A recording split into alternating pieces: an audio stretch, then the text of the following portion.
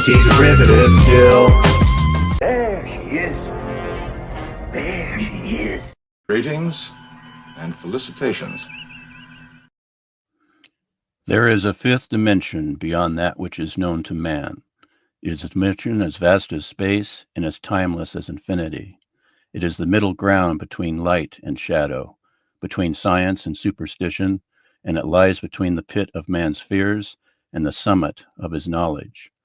This is the dimension of imagination. It is an area which we call the Twilight Zone. Yes. Hello and welcome to Indefinite Lunch and Infinite Combinations number 135. And thank you for reading that. I'm going to get the little music flourish that happens right at the end. It's my favorite part, so I got to put that in there. I think I'll be okay copyright wise for that. So I'll grab that next week, because I need it. And today we're going to talk about 2 episodes of the Twilight Zone. We have Walking Distance, and we have Escape Clause, because we're going in broadcast order. And I'd like to say hello to those who joined us today: DJ Play Nice and Gavin Blackburn. Gavin. Also, Canadian Spider-Man says hello and good morning, everyone. Hello Spider. to all on the panel, listening while having coffee and chopping wood. Of course, you're chopping wood. But of course. How are we going to have more bonfires if you don't chop wood? And I'm also having coffee. I'm not chopping the wood, though. Maddie's daddy, Steve M., says, Good morning, all. Hey, Maddie. It's daddy. And let's see. Yeah, we're ready. We're ready to go for these episodes. Then I'll bring the slides up. Jill, do I have your permission to read it's a full page, but it's all about the music soundtrack for this episode. Oh, sure. Actually, we can open with that after I introduce the episode. Walking Distance first aired on October 30th, 1959. It was directed by Robert Stevens and written by Rod Serling. It has music by Bernard Herrmann, and I do not go on about the music in my notes, so please read away. Yes, the great Bernard Herrmann did this score, and of course it's probably in my opinion, the most beautiful score for the series. But I'm going to read from The Twilight Zone, Unlocking the Door to a Television Classic by Martin Grams Jr. And after watching a rough cut of Walking Distance, Rod Serling had some suggestions concerning the music, and he sent this to Buck Houghton, the producer. He said the curtain music to the teaser in the beginning needed an uplift. Herrmann objected to doing this, even when Serling stated, at present, it just seems to dwindle off, suggesting nothing in the way of tension to follow. There was originally no music in the scene when the drugstore clerk goes up to Mr. Wilson to request reordering supplies. At Serling's insistence, music was added to help the audience associate with the oddness of the situation. Serling insisted that the sound of the calliope be heard in Act 2 right after Martin's mother slaps him, and he looks off, hearing something for the first time. Quote, "It was my feeling that the calliope is a signatory kind of sound," unquote, Serling explained. When Martin left the drugstore a second time, near the closing of the episode, there was no music. Serling insisted that music, quote, perhaps partly nostalgic and partly haunting, unquote, would suggest not only the pathos of the moment, but the oddness of the whole story. I know, this is also from Serling, quote, "I know all these suggestions go against your grain, bucko," Serling wrote to Houghton, "and in most of our disagreements, I've always felt that we could reach compromises and have done so more successfully. But in this particular instance, I feel so strongly about this music situation that I hope you'll grant me a little extra prerogative here and see what you can do, even under protest. And Buck Houghton, the producer, went to Lud Gluskin, the head of the music department, CBS, to explain Serling's concern. And they went with the second option, which was more expensive. They had Bernard Herrmann rescore at the 4 different points. And so that caused to call for another orchestral orchestral session, as well as a redubbing.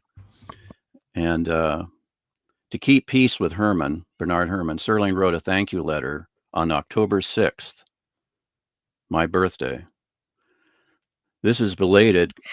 This is a belated congratulatory tome to acknowledge what is one of the most beautiful music scores I've been privileged to hear. I'm referring to the background music to Walking Distance. If you can tell me how I can get this on a recording to keep, I'd much appreciate it. It is a lovely, sensitive, and most inspiring theme. Thank you for lending a great talent to our project. And Herrmann wrote back, writing music for Walking Distance afforded me a most stimulating and rewarding experience, for the nostalgia of the play lent itself most readily to music, and music is always able to communicate most expressively when it assumes an emotional role rather than, as is usual, a descriptive one. It is very rarely that one has an opportunity to write music of a lyrical temperament. It is and beautiful. Is that the page? Yeah, it is. Yeah, it is. Yes. And I was like, wait, what the hell is a calliope? And it's one of these things. Calliope. It's like a piano, but with little powered by steam. So yeah, it's like an automated music machine. And the word is from one of the muses. It's the name of one of the muses. I think she might be the muse of music. Yes. The car of the muses. And that's perfect for this episode because it takes you back in time, and I think it's great that they didn't go with the stock music this time. I'm sure they try to do that as much as they can to use the music they already have to make, and we'll see lots of good episodes that use stock music that has already been made for other episodes. But this one was it was good that this one had its own soundtrack. Yeah, I'm very happy that Serling fought to get Bernard Herrmann to do this wonderful score, because it is really, I think, one of the most beautiful scores I've ever heard in any TV episode, actually. I would say lyrical is a good word to describe it, actually. Oh, definitely. Yeah, Serling, I'm so glad Serling put in his 2 cents, even more than that. I'll put in his 5 cents concerning the score at those 4 particular points. He put in his whole dime. Yeah, whole dime. Dime for soda. Yeah, and yeah, I'm glad Bernard Herrmann acquiesced. And I want to make sure to say hello to Watcher X and Gorilla's Random Thoughts. Kapla. Don't know how long I'm gonna be here. Gotta yell at my tire guy. In life, please start using lubrication. Gorilla. Yeah, I'm wrong about Calliope. Calliope is the muse of heroic poetry. Oh. However, a calliope is also called a steam organ, because the whole thing is run by steam. Yeah. So, I didn't realize they used that. I didn't realize they used that for this episode. But I think that even in the 30s, it might have already been kind of a archaic instrument. That's why it was attached to merry-go-rounds. Yeah, it was. Yeah, and so it was kind of like a nostalgic thing back then. Yeah. Gavin Blackburn says this episode is 66 years old. Proof that good media is indeed timeless. Well said, yes. Not quite 66, because I'm not 66 years old yet. Oh, because it was released on your Yeah. well, actually, it was released on October 30th, but it was being produced on when you were born. Yes.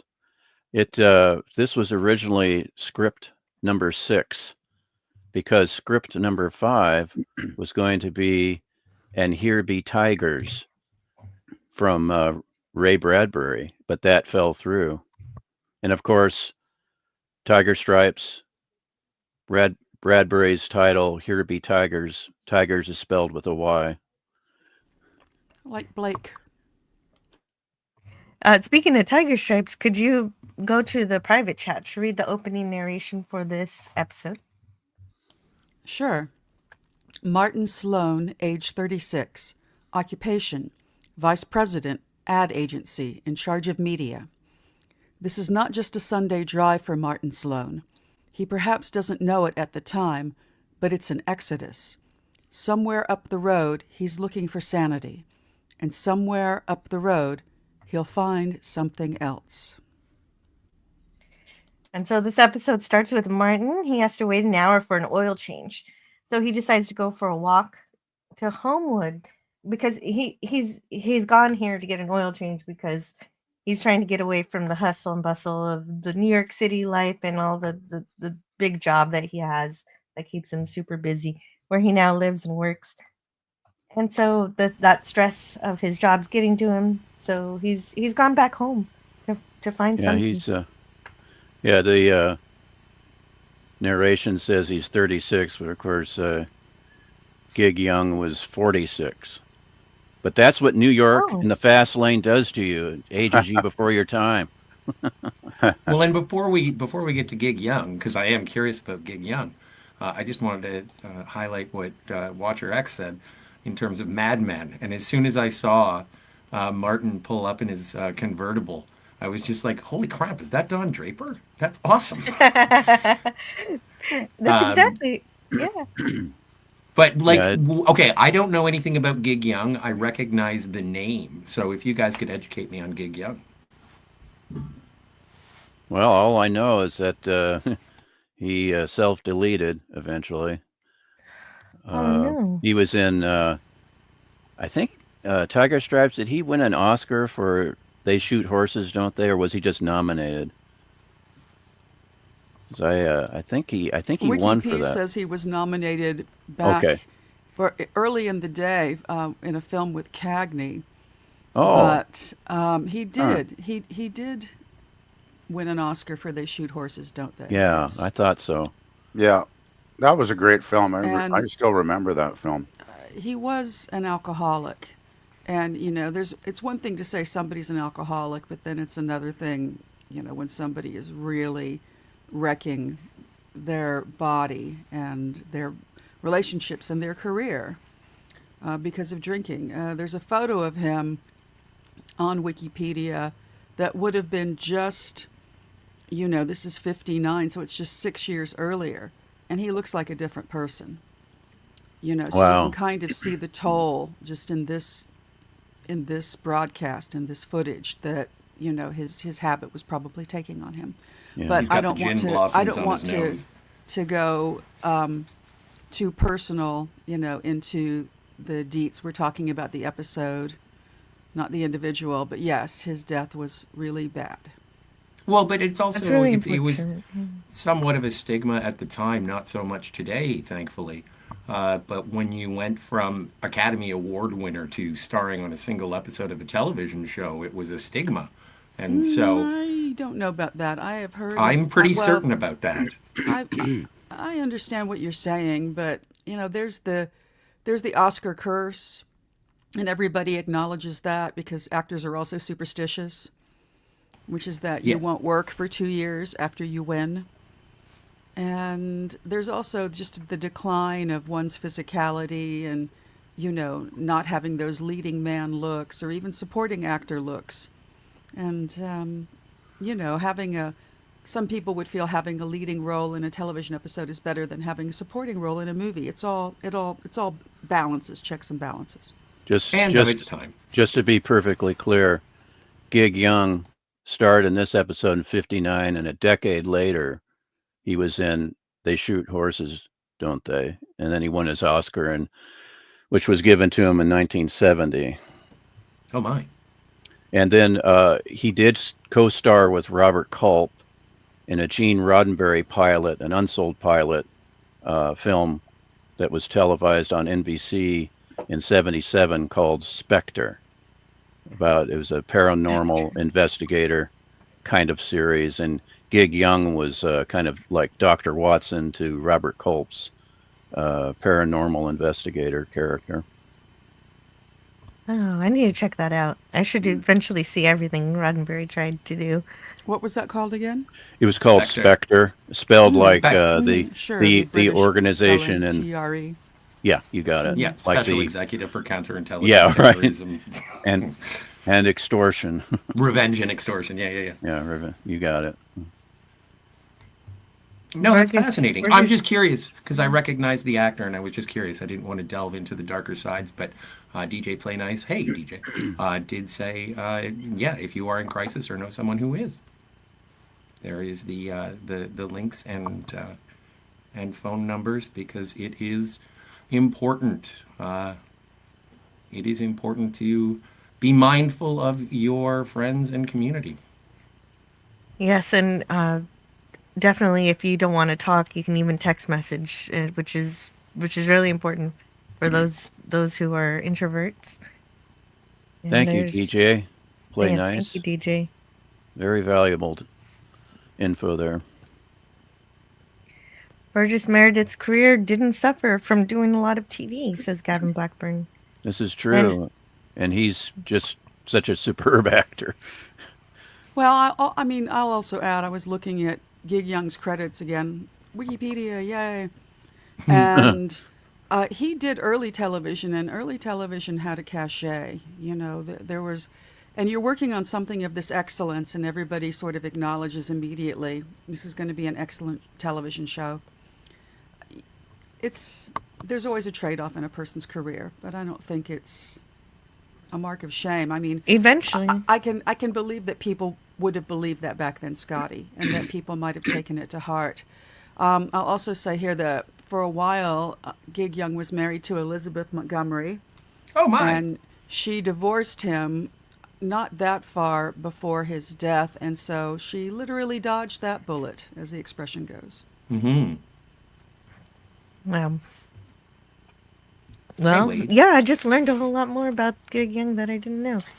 But here in this story, his name is Martin, and one quote I liked from the scene was, "One more board meeting, phone call, report, problem. I would have jumped right out of the window," and not mentioning the reality of the situation. I didn't know that. Well, which brings us back to Mad Men, which is the opening credits of a man in a suit falling out of a window. Oh, really? Wow. Oh, yeah. And I need to say, it's an animated piece. It's very beautiful. It's very evocative of the 60s, late 50s, early 60s. Hey, good morning, Swift Minus One. He's brought donuts. They're chocolate. Wow, chocolate donuts. And Matt G, I think those donuts are even better than the usual flapjacks that I always like to get from you. Yeah. I like them. Donuts make me go nuts. Yeah, that line, I had to get out of New York City. Yeah, amen to that. Right. And there's the mirror, and then it cuts to this mirror in the drugstore. So it's... I did love that shot of the mirror through the looking cigarette machine, showing his reflection walking. It's almost as if that's the magic that propels him backward in time. That's the transition director. Was beautiful, yeah. Yeah, because it goes from mirror to mirror, and that we can thank the director Robert Stevens for that. Yeah, it's amazing how Serling wrote this so well that I mean, there's the old cliches with time travel, episodes, and sometimes they're overly complicated. And Serling achieves it in just such a shot like this. And, we soon realize with his interactions that he has definitely gone back to another time. It's so natural, as if this moment in time has always just existed here exactly as it was at this moment. Well, and it exhibits a certain level of nostalgia, and I'm a fan of time travel stories, but I do think that it is a mechanic to tell a story. It isn't necessarily the centerpiece. It's something that avails you to explore something deeper, and I think that this is a time travel story that is very much of, as Rod Serling wrote. So I'm just like spoilers. It is a matter of you can't go home again, even though you want to, and then the conversation later with, I guess I'll say Robert, as to not reveal too soon. And I think that is the touching thing. Like this is a beautifully written story, and it makes me feel feelings, which is always what I want art to do. Indeed. Well, yeah, it's you can never go back home. It's Rod Serling's poem. It's just pure poetry to that theme. It's just a sublime episode, and it's my top favorite of the Twilight Zone series. Yeah, I agree, Stone Rocket. It's up there in my top 5 for sure. Oh yeah. Since you don't have that since you don't have the time machine itself, it's very clear that this isn't science fiction. It's like you said, it's through the looking glass. It's fantasy. The time travel element is more of poetry than actual time travel, even though he does go back, and he goes back. So first here he does acquire himself a bum leg before we learn that we can't, as Scotty said, that we cannot stay in the past forever. he first has to discover that he's in the past, and we do this through this drugstore that he used to go to all the time when he was a kid. Yeah, and he's shocked. Oh, sorry. Go ahead. He's shocked to find out that his chocolate soda costs the same price that it used to cost. But one niggling detail, and I hate to be that guy. Why doesn't Martin recognize the clerk? He does. No, he doesn't. Yes, he does. He says, don't I know you from somewhere? It is the first inclination, and then the dime, and then he says, Mr. Well, and so there is that sort of, wait a second, aren't you? And he's like, no, I just have that kind of face. Yeah, it's, I don't know. Okay. I mean, that's Serling. No, he literally says that. Yeah, that's correct. Serling, that's his way of writing around that, but I don't know. I'm sorry, I just, when it comes to memory, it's also one of those. Because it is sort of a fantastical through the looking glass. You wouldn't believe it if it were happening, and so it's like, hang on, this looks exactly the same as it was 25 years ago. And I want one of them chocolate sodas, and I have a question about chocolate sodas in a moment. Yeah, I have an answer for you too, Stone Rocket. But go ahead. Oh, sweet. No, go, Jill. Wait. So the reason why I think he recognizes him, but your brain kind of tells you it can't be that same cashier. That's true. A long time ago, because I'm so old. So how could he be exactly the same? And right. So he scrambles his own brain to say, this has got to be somebody else. And he even said, but as it goes on, he even says, I always thought that if I ever came back here, everything would be all changed. Yep. Nothing recognizable. Just edit out that part where I jumped in about memory.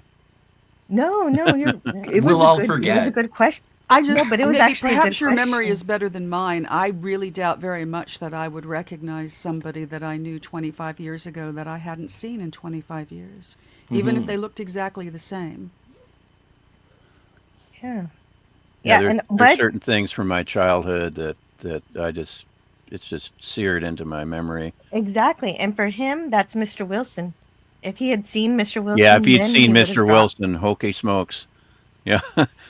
That's I don't know. I got intense feels when I first saw this, when it goes to Mr. Wilson. I was like, holy smokes.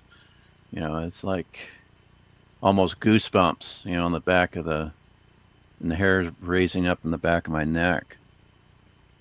Just a very interesting sequence, and I'm glad that Serling wanted some musical scoring during that. Yeah, me too. Yeah, there he is. He's supposed to be dead, as Martin just said, but here he is, ready to put in an order for chocolate syrup. So that brings me to my question about chocolate soda. Okay. Is chocolate soda the brand, or sorry, the generic name for Coca-Cola? No. No. Okay. No, a So chocolate I've soda heard, would be a chocolate soda. yeah, but I don't know what a chocolate soda is. That's why I'm confused by the term. Me neither. Well, it's kind of, like an egg cream, which has no egg and has no cream. All of these drugstore names kind of vary from region to region. Sure. So a chocolate soda, in this case, he wants 3 scoops of ice cream. He kind of expects the 3 scoops or some ice cream. So there's ice cream in there. And then there's soda water, carbonated water, and syrup. Okay. That's probably what a chocolate soda is. Oh, That's the exactly chocolate what syrup. it is. The chocolate syrup, the carbonated water and the chocolate And syrup chocolate make it a syrup chocolate. and chocolate ice cream. It's like a chocolate explosion with fizz. Wow. And Thank you for the question, Scotty, 'cause I had it's no not a idea either. malted and it's not a shake. Right. So it's the kind of thing these days we would call it something else. But the ice Gross cream is isn't what I would call the it. ice cream isn't completely melted. The ice cream's still in there a bit lumpy, I think. So you need a spoon to eat it But with. when I was a kid, I put I put vanilla ice cream into Coca-Cola, and it made that we would call that a Coke float. Yes. And that's what I was thinking, that he was asking for a Coke float, but because this episode wasn't sponsored by Coca-Cola, it was like, okay, I guess it's a chocolate soda. Anyway. Right. Well, It's they could have interesting. done a root beer float, but go ahead. Yeah, it's interesting, Scotty. You talk about Coca-Cola because that was one thing the CBS censors uh, stipulated when Martin goes to the gas station and, of course, the drugstore. They didn't want any recognizable brand names to be seen anywhere. And that's Which so I thought unlike was- a gas station. Yeah, I know. Especially the cigarette machine. They don't. Oh, we don't want it. And I'm like, well, Oh, that's one of why the I one just of said cigarettes. yeah, it's just Yes. like working in one of the major sponsors, uh, you know, was a cigarette company, and I just thought, well, just work that in. But I don't know how they. That was interesting how they were kind of sensitive to that back then. It's an older cigarette machine too, because the script across the top is in Art Deco letters. Very beautiful. Oh, cool. Greek Letters wants to know who the heck puts bubbles in chocolate to make chocolate soda. Scotty, if I ever mixed ice cream with Coca-Cola, I would be embarrassed to admit it, but that's just me. That is just you. It is. Well, it's kind of like having a White Russian for the first time. I always thought vodka, Kahlua, and milk would be the most disgusting throw-up juice in the history of the world. And then I saw the Big Lebowski, gave it a shot, and it was, tasty, and it worked. If it's root beer with your ice cream, you call that a black cow. Ooh. Oh, And in I my just- day, you could I send have- off box oh. tops and get a contraption, which was this sort of globe of plastic with, what to call it, an out and an in on either end. And so you'd put the ice cream in the middle and then stick the whole thing in the end of the neck of the bottle of the Coke bottle. And then I you could like this drink the idea. whole thing like that. That It sounds was just great. one of those things that they sold to kids just because it was fun. Sound fun. And of course, we did have soda in bottles back then, in glass bottles. You got it. Yeah, Nothing better than a bottle of Coca-Cola. nothing better than anything in a glass bottle, really. Yeah. Yeah. The first thing I They- sent away for with box tops and a quarter, or was it 2 quarters? Yeah, it was 2 quarters. Was a Tony the Tiger bathtub toy. Oh, that's cool. Yeah. I collected and sent away for a printing press, which arrived broken. Oh, And it was a bit of no. a disappointment anyway, because it was sort of a rapidograph, but of course a very primitive one for children. It was a toy. But it did arrive broken, and that's that's a one of shame. life's. No, it's good. You need to get those disappointments as a child to learn what life's about. What do you mean a rapidograph? Was it just something you stamp it and it makes the same thing? It's just like a. No, it what actually looked like a tiny little printing press with a hinge and everything, and then the bed was sort of gelatin, and it came with carbon paper. And so you would write, I don't think you had to write backwards, so you would write on the carbon paper, transfer that to the bed of gelatin, let it sit there for a bit, and then you had little rubber bands holding your tiny, this was all like business card size, holding the paper on the top piece. And then you'd crank the handle and it come down on the bed of gelatin and then transfer the image from the carbon paper onto the paper. So, of course, you could only do it a few times. Oh, okay. But, printing press, and of course, when you see the picture on the back of the box, rarely does it look like what you're going to get. Again, an important lesson for children, I think. That's true. That's true. Yes. That's interesting. That puffery is not illegal. So you're not always going to get what you see. That's interesting that your printing press used rubber band power, because my Tony the Tiger also used rubber band power. As Hooray he did for rubber band power. That's right. He wind his arms up, and he did a little breaststroke in the bathtub. That's great. That's great. I also sent away for my first Frisbee off of a box of Cheerios, and I still have that Frisbee to this day.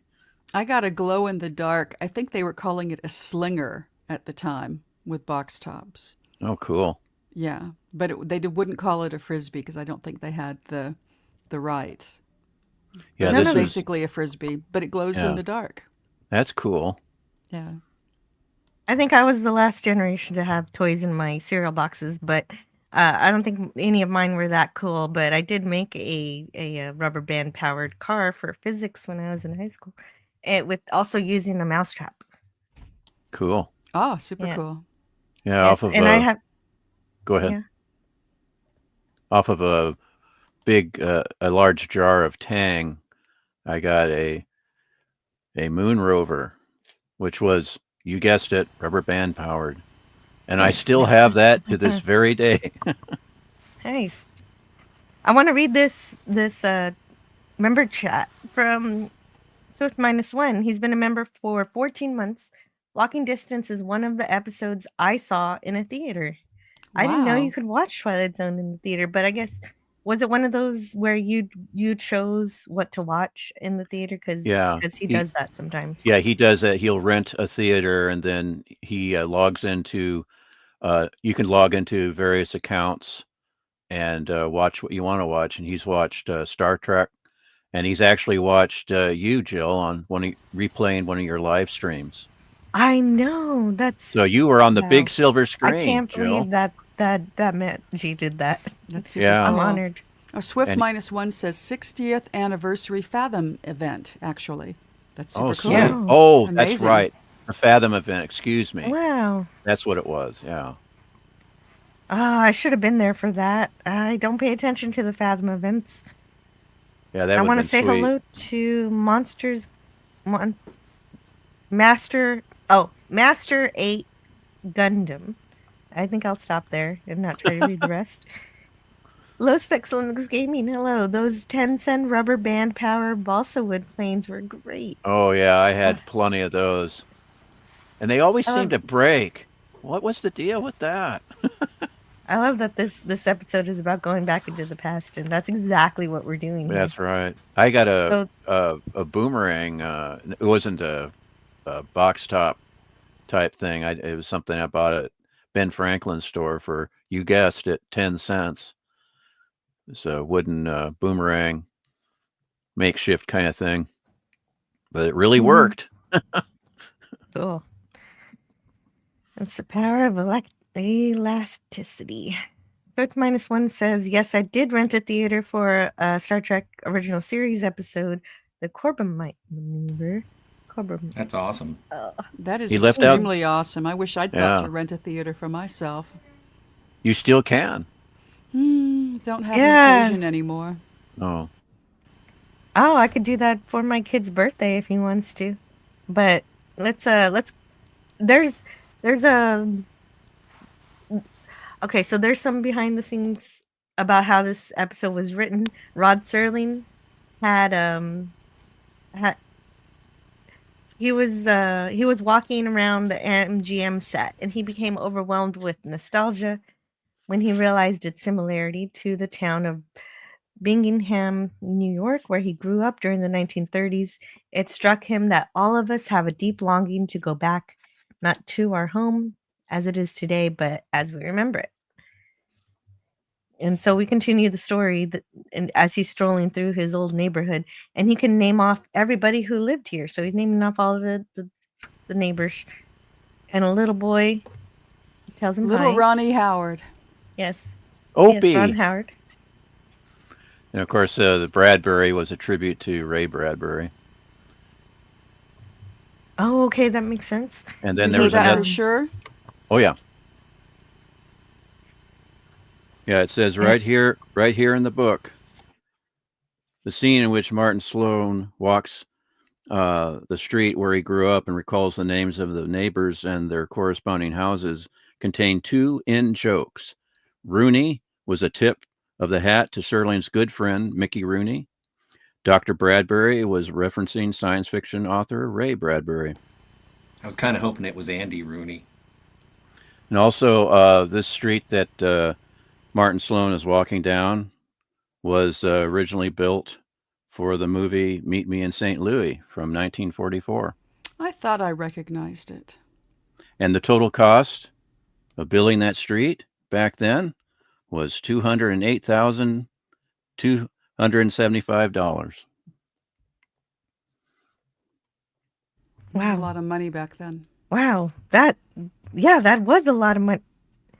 And they recreated it so beautifully. I didn't realize. Very much one of my favorite films, though. It's a wonderful movie if you've never seen it. Yeah, it's one of my top favorite musicals. I got that.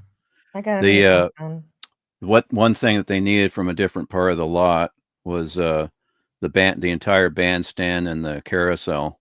It needed to be disassembled and reassembled from lot 2 to stage 26 where it was filmed.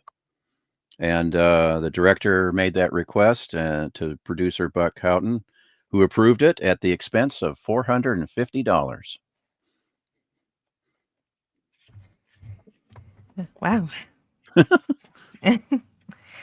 And this Ron Howard, he'll grow up to direct one of my favorite movies, A Beautiful Mind, which I might want to review someday. And he also directed Apollo 13, one of my favorite movies that he directed. I love that too. Yeah. And Splash. I was about to say. Oh yeah, Splash. Yeah, that was a lot of fun. Yeah, that was so fun. I was in my last year of college as an undergraduate when I went to that. More nostalgia. I'm sorry. No, that's okay. No, this episode is about nostalgia. So yeah, I know. If you fall back into that, you're within theme. Oh yeah, I'm just being silly. He talks to the little boy about how he used to play marbles too, and where he would go play hide and seek. However, when he introduces himself as Marty Sloan, this kid gets offended and says, "You're not Marty Sloan." I know Marty Sloan, and you're not him. And there it is. Oh. And before Martin can prove himself with identity, the little boy runs away naturally. Who's this creepy man? Yeah, who's this scary guy? Well, but that's also something I had in terms of the nostalgia of the era. Is Martin shows up in town and he's wandering around and he's looking at people's houses and everyone's like, "Hey, governor, how are you, sir?" It's like it's so much more friendly. He comes and helps get this kid out of a tree, and it's just like everyone's just more welcoming and friendly in the community. It's not a creepy man. It's just a man. Yeah, a man in a suit and tie. So we can trust him. Trust him and respect him and yeah. I would say, well, fashion-wise, the difference in the two eras would be that they all might have assumed that he'd just been to a funeral. Oh, that's true too. Yeah, that's true. I was thinking that about halfway through the episode, and I was like, wouldn't his attire give him away? But then again, it is sort of like from the invention of the suit, it's pretty consistent. Maybe a little thinner than Men's you would wear. fashions don't change as much as women's, not nearly. True. But also, like, the only thing, it would be baggier if it was like the 30s, and this would be like, oh, The not tie necessarily. would have been a tip off. But Too skinny, yeah. Yeah. I was just going to Slimming. say that about the tie, but generally speaking, yeah, he fits right in. And the same way, the problem. we talked about this the other day, and I think it was used on Racket. You showed a picture of your dad broadcasting. And I was like, if I had my druthers, I'd be wearing that all the time. Same goes for Martin. Yeah. Well, actually, that doesn't invalidate what I was saying, because the young mother doesn't find him creepy because he's trying to help. He's trying to help her son climb down, and she's just desperate to get him down. But the little Ron Howard boy does, because he tries to say that he's his friend who's supposed to be a little boy. So there's a difference. Oh, yeah. Well, he does become, when he becomes more manic and he realizes the situation, which he will very, very shortly, that's when he starts getting a little bit, I don't know, imposing as a figure in the town. Chasing kids and telling them to stop it. Yes. But here, he is very much accepted and talks about how he used to live here, and they talk about all the cool things that are in the park and what it's like in the summer, and how he used to play baseball there. And this park, the park in the episode, is inspired by Recreation Park in Binghamton, New York, where Rod Serling Binghamton. and which was Rod Serling's hometown. What's that, Scotty? No, I'm just saying that the pronunciation is a fun game. Yeah, yeah. I stumble too many times myself. Yeah. And actually, if you go to that park today in New York, there's a bronze plaque in the floor of the Recreation Park bandstand commemorating Rod Serling. So if you ever end up in that hometown of Rod Serling, you can find. And that's New York State. Yeah. Mm-hmm. Yeah, that's on my bucket list. Thanks for mentioning that. I'd forgotten about that dedication plaque, Jill.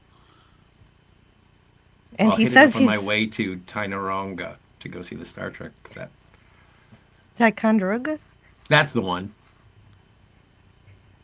He says he's carved his name in the bandstand when he was 11, but I can guess what's happened now. Okay, so this was me trying to guess what was going to happen, was that he was going to look and that he hadn't carved his name yet, but instead they did something even better, which is that he's currently carving his name into the bandstand, because this place is a reflection of his childhood, or a parallel reality, I was thinking, but in a way, and so, well, in that, I think that's interesting. Himself. I think that's interesting just in terms of looking at it and being like, I think that because in 2025 we've been exposed to so much media and so many stories that we as an audience try and be more clever than the story and get ahead of it and be like, I know what's going to happen. And I was doing that throughout this episode. I was waiting for who's the evil person who threw him back in time, because it's Twilight Zone and it's spooky. And then I was like, oh, wait, no, I forgot. Twilight Zone is sometimes whimsical and reminiscent, and it's not always a horror anthology. And so I was pleasantly surprised, because I was sort of with you. I was like, oh, he's going to do it. And then it's going to be like, oh, now he's stuck in the past forever to only relive this torture. But I do like it when a clever writer can, no matter when, can surprise me and make me, as I said, feel feelings. He's fallen into the nostalgia of it, and the strangeness of it, of meeting yourself and telling him so also, which is very strange. So that scared the young Martin off, and he ran off before finishing carving his name. Well, we don't get a lot of exposition coming from young Martin, but what would it be like to see your older self? It'd be like, oh my God, it looks like me, but I'm old. I gotta run away. He's a demon. Yeah. Or does he even believe that that's actually him, or just some crazy man who says he has his name? Why is his tie so skinny?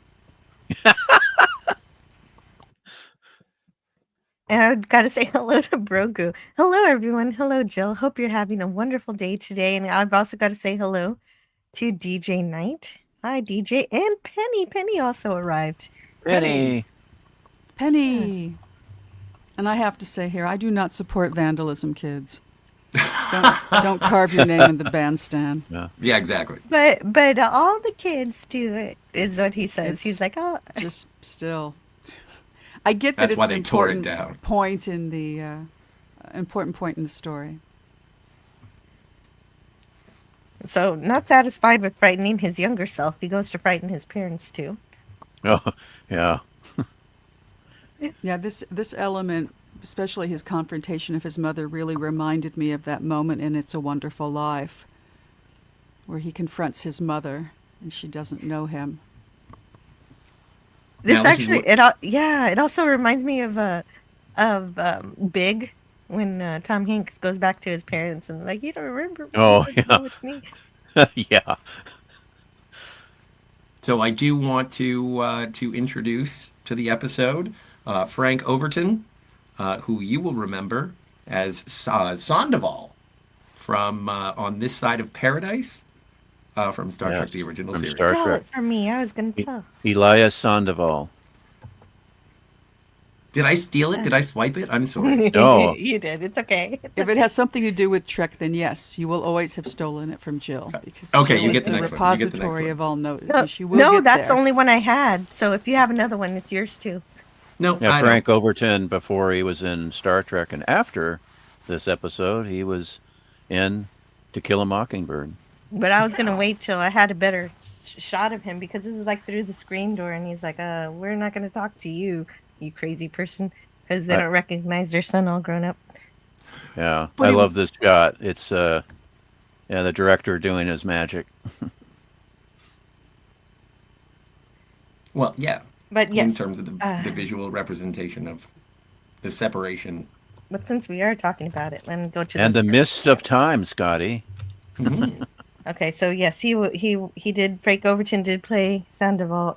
He was one of the colonists who was able to live in an inhospitable planet thanks to the spores. That's one of my favorite Star Trek episodes. So it did get me. Yeah, it's a good Spock episode.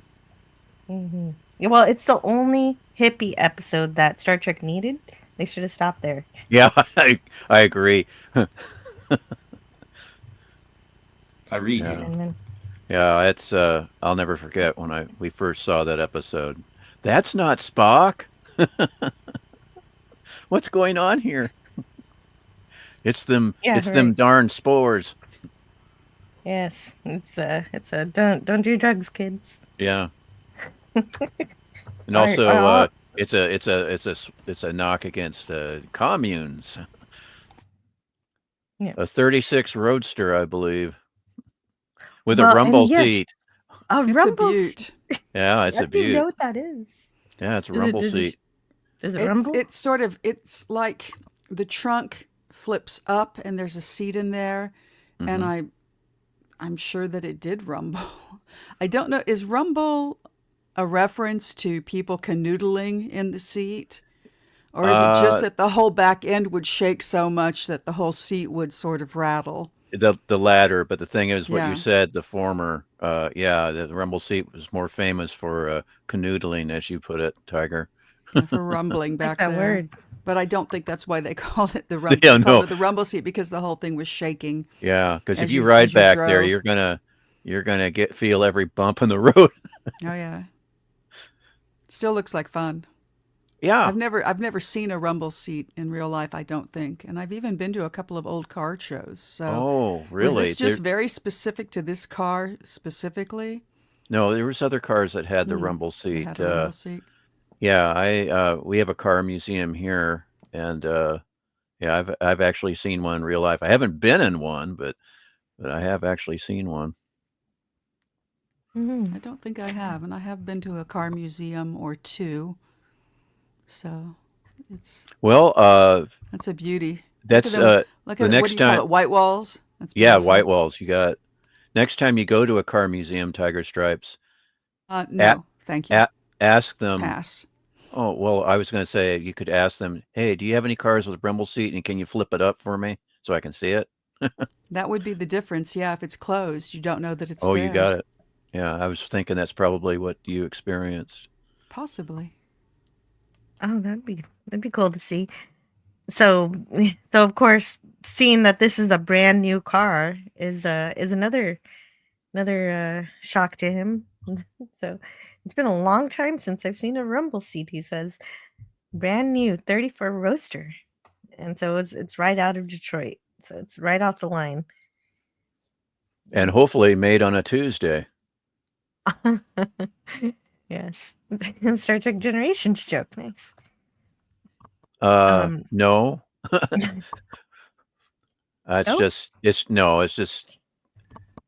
It's sorry, that's an in joke. But if you want to buy a car, don't get one that was made on a Monday, and definitely not one that was made on a Friday. Oh. So I just picked Tuesday because I was born on a Tuesday. So was I. Yay! so was my older sister and my mother. We were all born on Tuesday. So actually, this is unusual. Rod Serling puts narration in the middle of the episode. Usually he always has his opening and his closing narration, but this time he has one right in the middle. A man can think a lot of thoughts and walk a lot of pavements between afternoon and night. And to a man like Martin Sloan, to whom memory has suddenly become reality, a resolve can come just as clearly and inexorably as stars in the summer night. Martin Sloan is now back in town, and his resolve is to put a claim to his past. So he meets with his parents again. Yeah, Serling, I think there's a couple more episodes where he does narration in the middle. No, but this is what I heard was one. that there was only one, and that it wasn't for a couple of years more. It was I Sing the Body Electric, and that was it, just the two of them. Oh, okay. I stand corrected. Well, I don't know. That's just my source. My source could be wrong. No, I think you're correct there. Yeah, that's what I recall is I Sing the Body Electric. That's where it also has middle narration. Total Herbert move that I was going to go there too, DJ Play Nice, but I thought about it real hard. I was going to say it's I DJ reach you Herbert, but I didn't. Okay, so wait, it's here.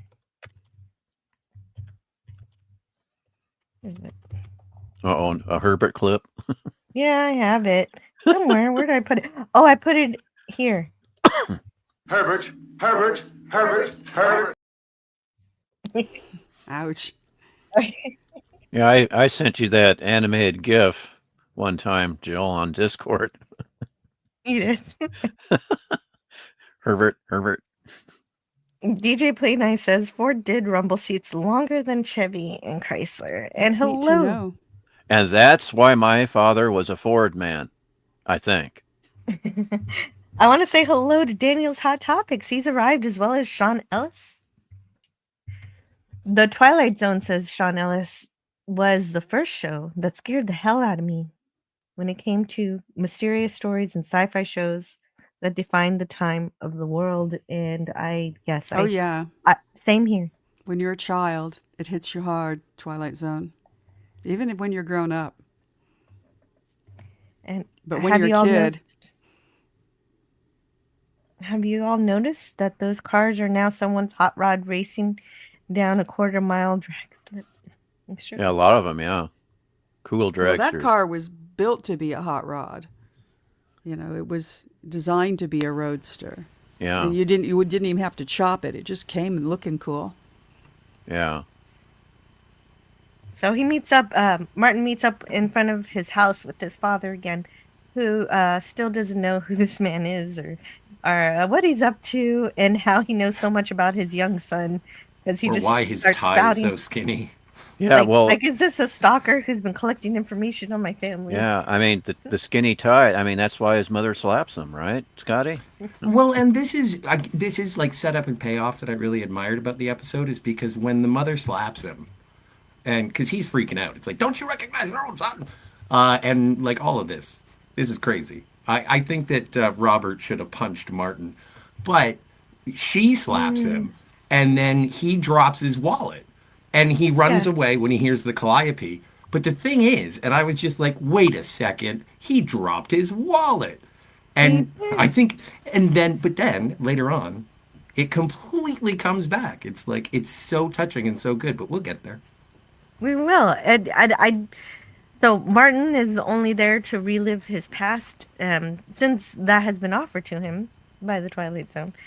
And Robert Martin's dad thinks grown-up Martin is crazy, so he still thinks he's delusional, and that he doesn't want to hurt Martin.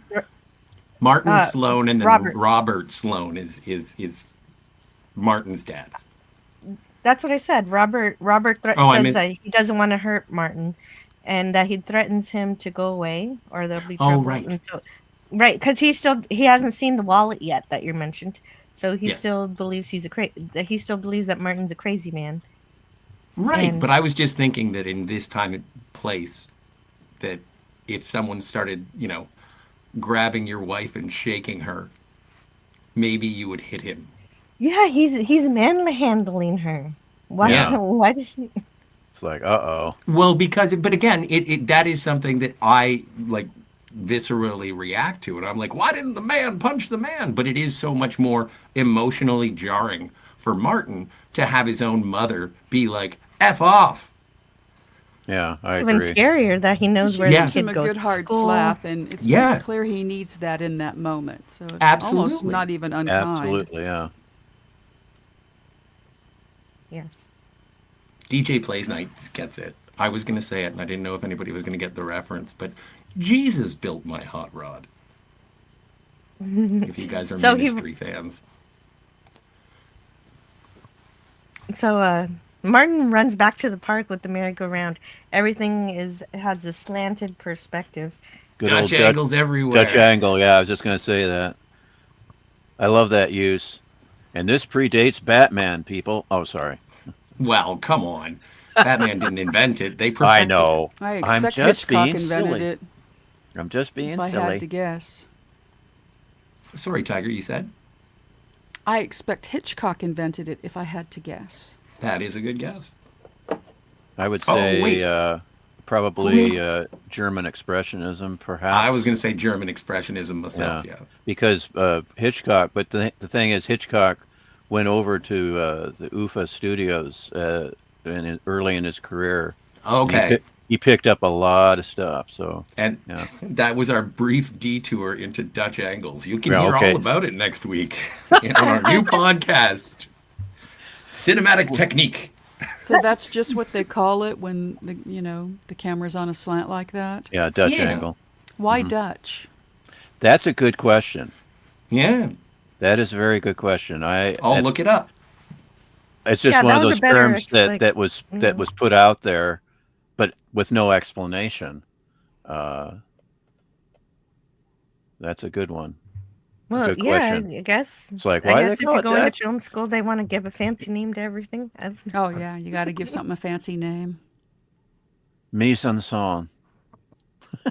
So, of course, he runs back to the merry-go-round, finding his younger self, played by Michael Montgomery. And he's just enjoying the merry-go-round, eating popcorn, but older Martin begins to chase himself, and the young Martin runs away, and of course, breaks his leg. Now, it ain't that kind of story, kids, but if this was science fiction, I've always heard that if you meet yourself, do not shake your own hand, because one of you could be positive and the other one could be negative, and if you connect, you could end the world. Well, that's time cop But what of rules. Lazarus? But what of Lazarus? Well, what of But Lazarus? that's the matter-antimatter universe. That's exactly Yeah. what Tiger's referring to. That's why they had to go to that space between spaces from Indiana Right. Jones and the Kingdom of the Crystal Skull so that they could fight forever. In fact, they could bring back Lazarus anytime they wanted, both of them. Yeah, Jill, there's no. So, Jill, do you think is the magnetic corridor the Calliope in this episode? No. And in answer to the question, before we fall too far past the wayside, the etymology of the Dutch angle is held by some to be a corruption of the word Deutsch, meaning German, due to the supposed popularity of the shot in silent era German films. You Oh. got it. Cool, Deutsch. cool, cool. So the proper term should be Deutsch angle. There you go. Well, I don't Wow. want to update it. No, but People are just going to that is correct good you, to and then you're learn. going to come off as. But that's there. There you go. as German. It's great It's to know. Joyman. Joyman? And okay, so this is where it gets weird. It gets really Twilight Zone-y here because Martin falls and hurts his, and so the elder Martin hurts his leg too. So he gains the limp that the child gains from this accident. Do I have to say malleable timeline, or can I just let it go? It's a malleable timeline, yeah. It is. But it's It is. It's poetry. It's It's poetry. poetry. It says it's the limp, the broken leg that turns into a lifelong limp is Yeah. the manifestation of saying that you can, if you can't stay in the past. Yeah, If you it go is. back, It yeah, if you go back home, it's going to bite you. well, but I think that it's one of the and we will get there because I think that it is all explained by Martin's dad. But, this It is the is. kind of thing, too, that makes me concerned that if he goes back, he may find that he's no longer a high-powered advertising man, but that now he sells vacuum cleaners because he That- has That's see, what a I was lifelong wondering limp. too. Yeah, I it's was kind of curious shy- about it as well. However, our narrator at the end does say Martin Sloan, Vice President, Advertising Media. So when he comes back, we do get the, Oh my the God! Twilight Really? Zone's You really watcher. heard that? I didn't. Then he's like had an upgrade because of his limp. No, now he understands the reality. And again, we'll get there when we get to the pep talk from his father, That's which right. is basically why I think he's home in the first place. This is like His- Quantum his- Leap. It's yeah, great. his life was better for having had this this talk with his dad. You're right. And you would think it would be worse, but he didn't Well, let that that problem hold him back. Well, that was so subtle. I got to say that went right over my head. Thank you, Scotty. Cheers. Yeah, me too, honestly. I didn't catch that. But it's But- Rod Serling's narration. Yeah, sorry. but but he's like, and that's why I refer to Rod Serling as being like the watcher of the Twilight Zone cinematic universe, is that he's the one who knows what's going on. He explains where we're going, and then at the end he says, "Don't you get it?" I think if anybody's to be trusted in the Twilight Zone, it is Rod Serling. Yeah, Yes. and so in this scene, he was just trying to tell younger Martin, this is a wonderful time of life. Don't go by without enjoying it. There won't be any more merry-go-rounds, no more cotton candy, no more band concerts. I only wanted to tell you that this is a wonderful time for you. And this is where the dad steps in, telling the older Martin that younger Martin's going to be okay, and thus, of course, older Martin will also be okay. And they have But- that discussion. Do you and I wish PvP would be able to come back, but do you and Sonreka want to read this? Sure, but This- before this- I'm before gonna we put get it to in the that, private chat. you're not putting it in the private chat? Am. Okay, cool. But the thing is, and this is, I just came up with this, but this is like if the wormhole aliens from Deep Space Nine were to go to Cisco and then show him the, death of Jennifer over and over and over again, and it's like, you exist here. Why do you exist here? And it would be, This is a great episode. I've never seen this before. Today is my first time. Me too. This is the first watch for me. Also, there are repeat watches for me, but this one's a new one. So I'm gonna have a lot of new Twilight Zone episodes. I had seen the next one that we're gonna watch, but Stone Racket, you want to be Martin? I'll let you know when I finish my copy and paste. Oh, sure. No, I'm just casting. Okay. Who wants who to be who? Jill. Oh, she's going to decide. Okay, that makes sense. No, what does Jill want? No, that makes sense. I want, actually, Stone Racket should be Robert, right? Sure, if that's what you want. Yeah, whatever you guys like. Okay. I'll be Robert, which is the name of my father. There you go. You're more qualified. No, and I'm an oldie Olsen too. This is true. Okay. We just got to know when. When we're ready. Almost there. The letters are a little bit funky, so I'm fixing it as I'm putting it. We're not just copy and pasting, folks. We're editing on the fly. This is a quality production. Do you have one more to paste or? Oh yeah, one more. I have just one more. Oh, okay. This is what you get: live radio, ladies and gentlemen. Live radio. Live radio. Okay, now we're ready. And we're ready. Okay, so I get to be Martin. Then I don't have to start. You have to leave here. There's no room. There's no place. Do you understand that? I see that now, but I don't understand. Why not? I guess because we only get one chance. Maybe there's only one summer to every customer. That little boy, the one I know, the one who belongs here, this is his summer, just as it was yours once. Don't make him share it. I'd been living at a dead-end run, and I was tired. Then one day I knew I had to come back here. I had to come back and get on the merry-go-round and eat cotton candy and listen to a band concert, and to stop and breathe and close my eyes and smell and listen. I guess we all want that. Maybe when you go back, Martin, you'll find that there are merry-go-rounds and band concerts where you are. Maybe you haven't been looking in the right place. You've been looking behind you, Martin. Try looking ahead. And scene. Hot damn. That is some great dialogue. And well acted, I might say. Yeah, precious. And Jill, may I read a little viewer response to this particular scene? Yes. This is...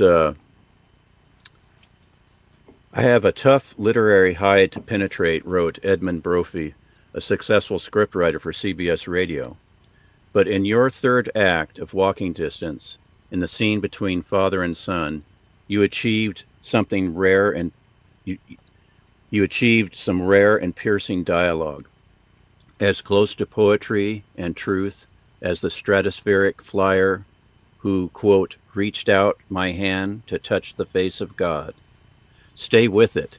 We will stay with you. Huh. Who was that guy? It was Edmund Brophy, a successful scriptwriter for CBS Radio, writing to Rod Serling.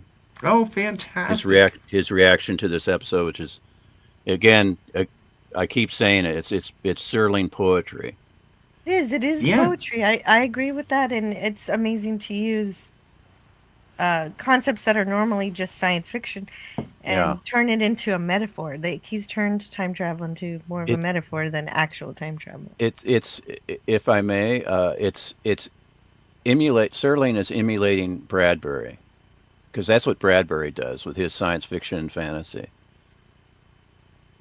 I wonder what Ray Bradbury's response to this episode was. I'd like to know, because they named a house after him. He's got to be kind of chuffed. The family, yeah. Dr. Bradbury. I'm sure he liked that, but yeah. No, it's delightful. I enjoy the intellectual sci-fi, the intellectual fantasy. At least that's what I like to think. I like to think that I'm smarter than I am. But when the emotional stuff shows up, huzzah! Yeah, it connects really strongly. Now, this episode was the third episode I showed my nieces and nephews. So one evening, I started out with "Where Is Everybody," and then I showed a more whimsical episode, "Penny for Your Thoughts," with Dick York, and then I showed them this episode. And even they're just children, but their response to this was very strong. Okay. And they all love the Twilight Zone. Oh, wow. Well done. Well done, Yeah, Svenrik. and especially my niece Emily, who gifted her father the complete Twilight Zone series for Christmas one year. Oh, that's awesome. And so then we've got the the time travel back to his time in the 50s. So Now- using the merry-go-round. The merry-go-round to a turntable, and then Yeah. also going from a calliope to modern swinging rock and roll or whatever this is. And Yeah. but the one thing that I found most interesting, aside from the book rack that wouldn't stop spinning, is because I was like, did they do that back in the day?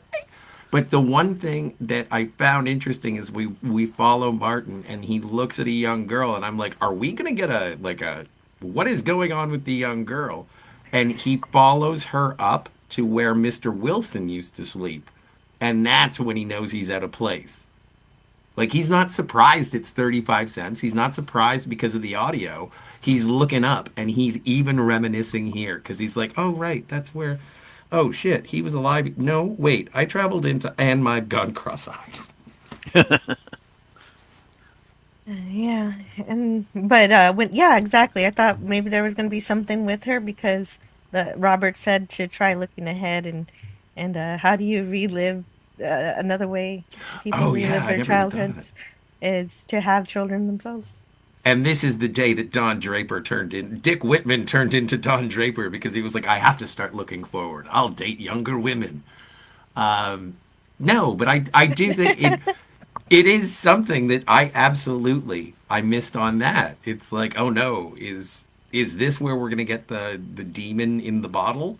Is where Martin is going to be like, I'll just chase chicks, especially the young ones. And it was like, no. And it took me a minute to realize that he was following up to be like, oh yeah, that's Mr. Wilson's office. He's dead now. He's been dead for 25 years. Yeah.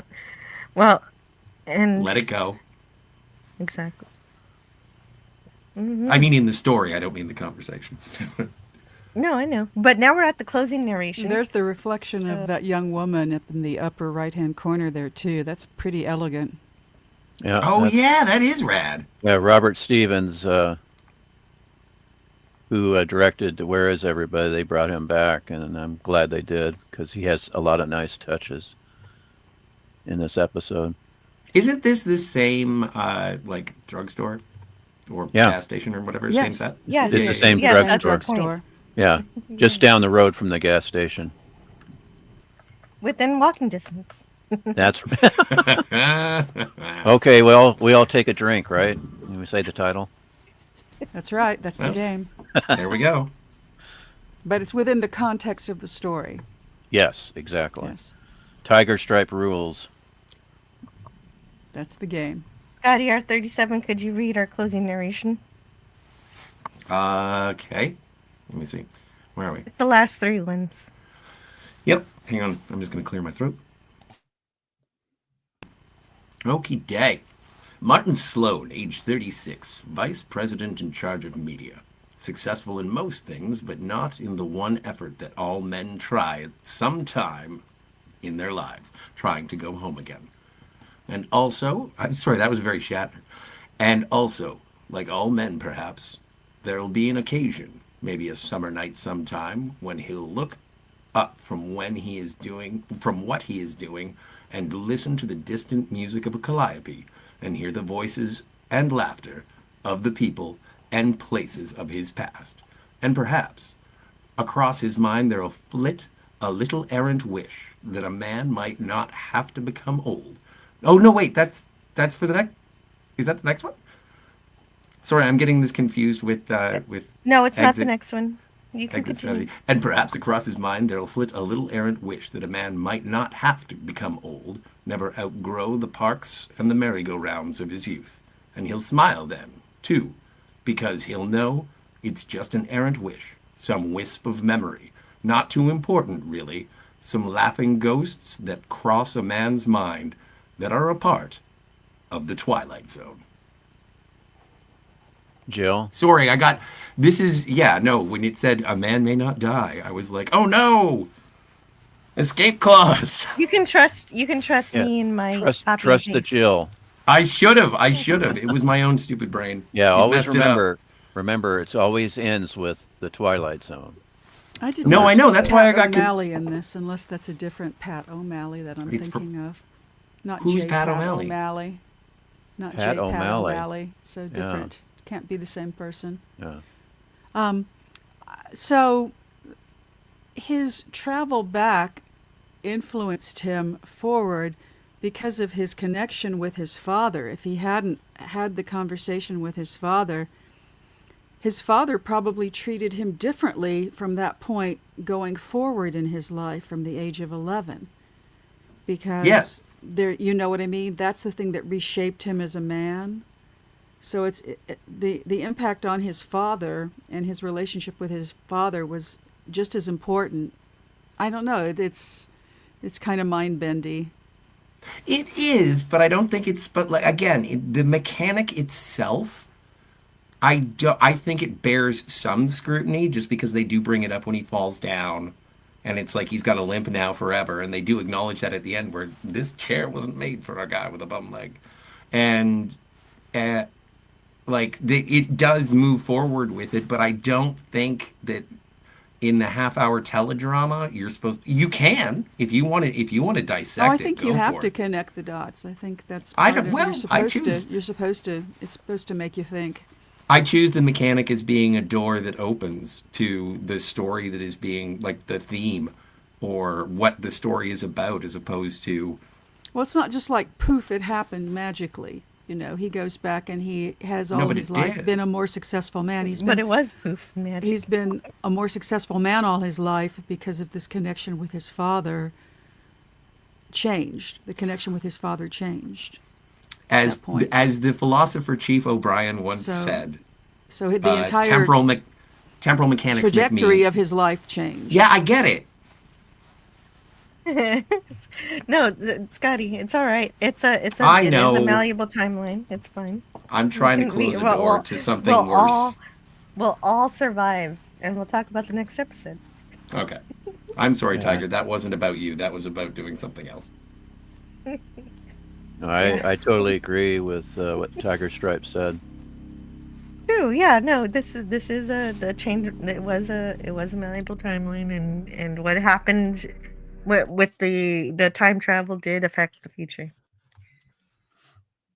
It's a And in a positive way. yeah, So Martin luckily- Sloan, I agree with Tiger. Martin Sloan is now a better man going forward. And it just takes that ability to accept that that's how the author wrote it, and that's how it's intended to be received, and it's all right. And so our next episode is Escape Clause. Escape Clause first aired on November 6th, 1959. It was Which directed was- by Mitchell Lazen and written by Rod Serling. I just wanted to say, I'm sorry, Jill. November 6th is my older brother's birthday. So this is his Twilight Zone birthday episode. Oh, and since we're doing dates, I'm going to that's say great. that had I been a kid, watching the Twilight Zone in 1959, I would have been very disappointed that that last episode wasn't Halloween related. But I don't know that Twilight Zone ever did any specific Halloween episodes. I guess every Twilight Zone episode is a Halloween episode, but still. I guess you could say some of the darker episodes could be taken as kind of a Halloween-esque. But I just mean something made specifically to be aired close to Halloween or on Halloween. Yeah. I don't know that they ever did that, something specifically. The closest thing they did was the episode that Ida Lupino directed in the 5th season. That's The Masks, which was Mardi Gras, I think. Oh, that's one of my favorites. I can't Yeah. wait for that one. All Because right. they did a Christmas episode for sure. Oh, yeah. Night of the Meek. Yeah. Oh, Stone Racket, Anyway, could you we're read moving on our to this. opening narration, please? You're about to meet a hypochondriac. Witness Walter Bedecker. Is that how you pronounce that? Yeah. Bedecker. You're about to meet a hypochondriac. Witness Walter Bedecker, age 44, afraid of the following: death, disease, other people, germs, draft, and everything else. He has one interest in life, and that's Walter Bedecker. One preoccupation, the life and well-being of Walter Bedecker. One abiding concern about society, that if Walter Bedecker should die, how will it survive without him? Yeah, so this man is an absolute nuisance to anyone who will tolerate him, and he constantly believes that he's on the verge of death when absolutely nothing is wrong with him. And his poor wife, Ethel, continues to suffer his insanity. Better known as Mrs. Olson for Folgers Coffee in the 60s. Oh, this episode is full of commercial representatives. It's kind of, it makes your head spin. They keep coming in and out of the door. Yeah. Oh, and I guess this is David Wayne. I don't know if anybody. Yes, that is David Wayne. Yep. This is David where Wayne. I get to say that when they were younger men, there were a couple of decades where I completely conflated Gig Young, David Wayne, and Lou Ayres. And, when you stack them all up, if you had them in a police lineup, you might have a hard time telling them apart. But it's not even just their look. It's their mannerisms, that whole kind of East Coast snappy patter. Yeah. When they were younger men. Oh, yeah. But you can merge them together. Yeah, yes, I can see that. They're just completely, I could not tell them apart. I used to conflate them all the time. So, like I mentioned last time, David Wayne will always be the Mad Hatter from the Adam West Batman series. Oh man, there's a role I like him in, which is Adam's Rib. He's very clever in that, and he reminds me a lot of Scotty in that role. Tiger Stripes, you're the second person to tell me. It's your intonation as well as your looks. It's the whole, like I said, sort of East Coast vibe. Oh no! So am I a dickhead who makes a deal with the devil to you now? Again, I'm referring to the role in Adam's Rib. Yeah, Adam's Rib, the television series. No, there is a movie with Spencer Tracy and Hepburn. Yeah. Oh, really? Yeah, he's the next door neighbor who is the composer of Broadway musicals, and he has his eye on the wife. Oh. Yes. Yeah, I haven't seen that film. I was thinking that it was probably the TV series, but the thing is, I think the TV series is much later. It's in color, so it's like, Oh yeah, no, much later. Pardon the faux pas. Oh, not at all. But you're in for a treat if you haven't seen it yet. It's I've not just for David Wayne. You guys already said Andromeda Strain, right? I was going to the Andromeda Strain. He's the doctor scientist that gets exposed accidentally, and has to breathe heavily for quite a while. But that's all I'm going to say. Yeah, that's an excellent movie directed by Robert Wise, which was released in 1971. Dude, do you have it on Blu-ray? Oh, you got it. Me too. Do you have the Arrow edition? I don't know. I'd have to double check. Yeah, the Arrow edition is superior to the studio release by far. So I would get Arrow is a British company, but they also produce Region 1 Blu-rays for sale in North America. So they do have that as a Region 1 Blu-ray that you can get. But I highly recommend it. And did we bring up Ellery Queen, the TV show from the 70s? Oh, yeah. He was in that. I love this guy. And so I was Yeah. just super jazzed when I got to see him again. I forgot about Ellery Queen. Yeah. Yeah, he did a really good job of portraying a real asshole. Yeah. Poor Yeah. Ethel. Yeah, Like, he's he not is just a- a hypochondriac. He's also suspicious of everybody and thinks they're colluding and conspiring. Yes. Yeah. And yeah, he's a Surprised true Ethel paranoid. puts up with him. Like he's completely worthless and so conceited to believe that the world must revolve around him that he can't be grateful for what he has. And I don't like him. No, I don't like him. But I don't think we're supposed to. So No, that's kind No. of the beauty. It's that EC comic ethos Yeah. where the person gets what's coming to them and you don't feel bad about it because they're not likable. Right. yeah. I can't stand him. Can I do the introduction? Can I do the Rod Serling? Already did that. Oh, you already did it? Then never mind. Forget Yeah, Stone Racket read it. You can read the end. it. Okay. No, I love so- that. I love that because I was like, wow, we're laying it on real thick that this guy's a dick. Oh, yeah, no, that they rhymes, are. Betty. Yeah. Being around this man must be an emotionally draining experience. Yeah, just And look at Mrs. Olsen. I mean, It, Yeah. feeling of perturbed, but being extremely annoyed, just pours out of the screen from this actor. And just not knowing as much about him as y'all do, I appreciated that. And I was hoping Netha would leave, but she stayed does. around. She does leave, but she She doesn't need leaves. to. No. She does. You're right. We'll get there. But anyway, Cadwallader shows up and gives him a deal The to Gorgon. to extend his lifespan. Obviously, yes, and even Walter is awful, but he's not stupid, so he knows it's the devil who's giving him this offer for extra life. What's a few hundred or for a few thousand years in exchange for your soul? You won't miss your soul. And Walter's like, you know what? Yeah, I won't miss my soul. this man has no soul. Oh, sorry. Yeah. yeah, that's the real joke that's played on the devil here. It's like, oh, wait a minute. Yeah. There was nothing to exchange to begin with.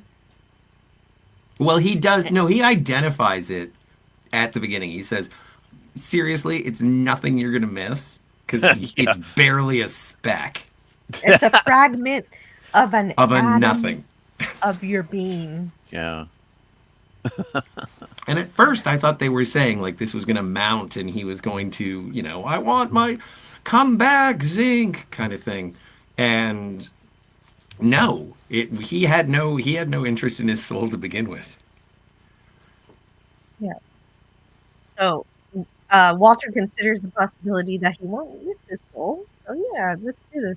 And also that he won't any aging will be not noticeable, so he could become 500 years old and not look much different than now, which was his biggest concern. So also vanity. And then the devil functionality too. If you can Yeah. live to be Right. 1,000, but if you age out at 100, Well, if you're falling apart, but I Yeah. guess the point of immortality is that you can go on no matter how much you age, so you wouldn't Yeah, fall you apart. you too do have much. to get these details. The devil's in the details. And this is the beautiful thing is that I thought that, and don't get ahead of the author, is that I was thinking that this was going to be like the Earth explode. It was going to like Planet of the Apes, but the Earth exploded, and then there's Walter just floating through nothingness, being like, "Nope, this is fine." Well, it will explode eventually, Scotty, because of Taylor in Beneath the Planet of the Apes. Well, but this is what I mean is that I was expecting this was going to turn into some sort of high concept, and it was Yeah. like, oh, and he lasted like the time machine again. It was, but Right. this time, the regular kind of time travel from now until forever, and like forward. And I just thought he was going to be sitting there harumphing about the fact that, oh, the end of the world was boring. Right, and well, that's the truth. That this story could have gone in many Yeah. different directions, but Yeah, I like Scotty's version. That would be at the update where Walter's just floating in space. oh, that 'Cause he reminds can't me of a die. Looney. That Yeah. reminds me of a Looney Tunes cartoon. Oh, Duck yeah. Dodgers with this the planet ain't big enough for the both of us, bud. Duck Dodgers in the 25th and a half century. And if you guys want to talk more Looney Tunes next month, I think Raymond from King Dolphin TV will be having a themed episode about the Looney Tunes. Ooh, be there. I think I've got to be there for that. Anyway, the devil is telling Walter about about his escape clause. Like if you decide immortality isn't for you anymore, at any point you can just let me know, and I will let you die. Furnish your demise. And Walter's like, nah, I'm not gonna do that.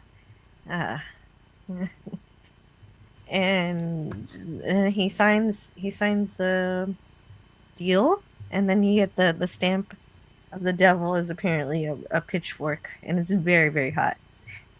It's so hot these days. It's steamy. And I thought that was a cool effect, is like, because they say you're completely indestructible. You'll live forever, no tricks. It's not like you'll live forever, but it's like death becomes her. You'll be fine. And then so he has, and it's a steaming hot water radiator. I assume it's hot water. There is steam coming out of it.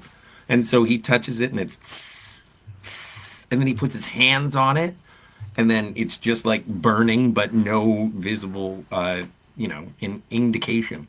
And I thought it was a pretty cool effect. Just even using dry ice or liquid smoke or however they did it. And it was accompanied by mischievous music. Oh yeah, I did. Yeah, this whole sequence. Did you see that? Did you hear that? I didn't see it. There is kind of an element of cartoonery going on in this episode. There is. It's quite silly. Well, Walter is excited. The next thing he does is he moves in front of a moving train, but we find out he's done all sorts of things like this already. Yeah. And his clothing is destroyed, but not Walter. And everyone is shocked. And Walter then grifts money from the subway for the accident that he caused himself. So he's getting money, but this still isn't exciting for him. And he's getting more bored of immortality way faster than even Zephram Cochrane did. And this is the part where I was confused. Like, I was confused with this story, and it's like, oh, okay. Me too. He's like he's profiting from his immortality, which makes sense. And if he can do that, if that's what we're saying in this world, then what's he going to do with the money? And then you find out it has nothing to do with the money. It's just, it's paperwork for him. He's playing a game. Believe me, Captain, immortality consists largely of boredom. And yeah, but he's been immortal for approximately 24 hours. No, I would have liked this to be like a couple hundred years. Like, we don't even have Ethel anymore. And he's been through like 20 wives or something. And then he realizes that, that he's lost the thrill of life. But he loses the thrill of life instantly.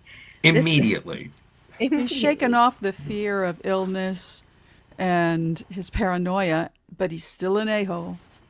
Yeah, and the only reason this works is because he is a small, limited man.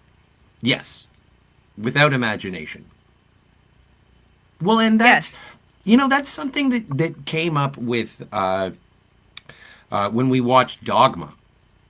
Is that what the problem with humanity is that they don't fear anything anymore, and you've lost sight of fear. And if you lose fear, you have no attempt at achievement. Now, Bartleby says it in a much more cynical way. That's what's wrong with the current generation of children and people who were children, is their parents did not allow them to have any fear. Right. And if you don't have the fear put in you at an early age, you don't have respect for society and authority. And if you don't have that, everything falls apart. And well said. Well said.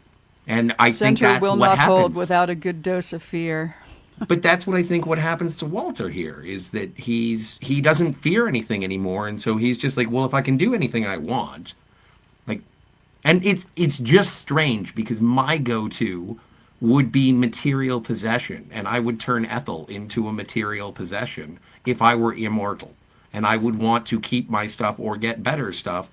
And also, maybe Ethel, like, I'm rewriting this story, but I know that the story is about how much Walter is a selfish prick, that not now that materialism means nothing to him, it's sensation, but without the fear of death there is no sensation. At least he had indignance before. But it's interesting that he doesn't go for trying to get a thrill from fame, because he just shocked everybody at the subway. He could elevate that and run around as the man who cannot die. And I think at some point the government grabs you and does not let you go if they find out you're a man who cannot die. That's true. That's true. But while that is true, he could, maybe he thinks he is able to escape them. I don't know. At least, so here he's making a cocktail from several items from his cabinet. Aspirin, rubbing alcohol. Iodine, rubbing alcohol, and ammonia. Yes. They call that a hot Scotty where I'm from. Nothing? Right, fair enough.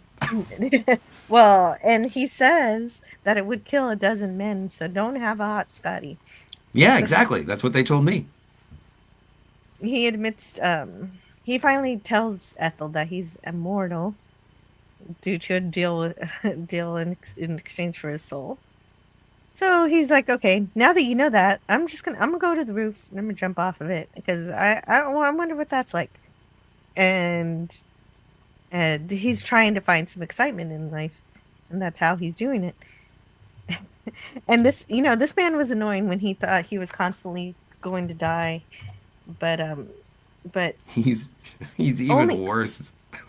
He's even worse now. Yeah, only such a conceited nincompoop would first of all sell his soul, and then with his immortality try to kill himself. Like the man who was afraid to die is now trying to kill himself instead of using this power for knowledge or becoming a better you. So and in Groundhog Day, Phil was practically given immortality, and that's just what he did. He learned to play the piano, become an artist, do ice sculptures. Although I do get the impression that he spent a lot of time being an a-hole before he started to improve himself. Yes, I think it was love that was the turning point for him. And absolutely. And then after he learned to care about the community, he learned to care about himself.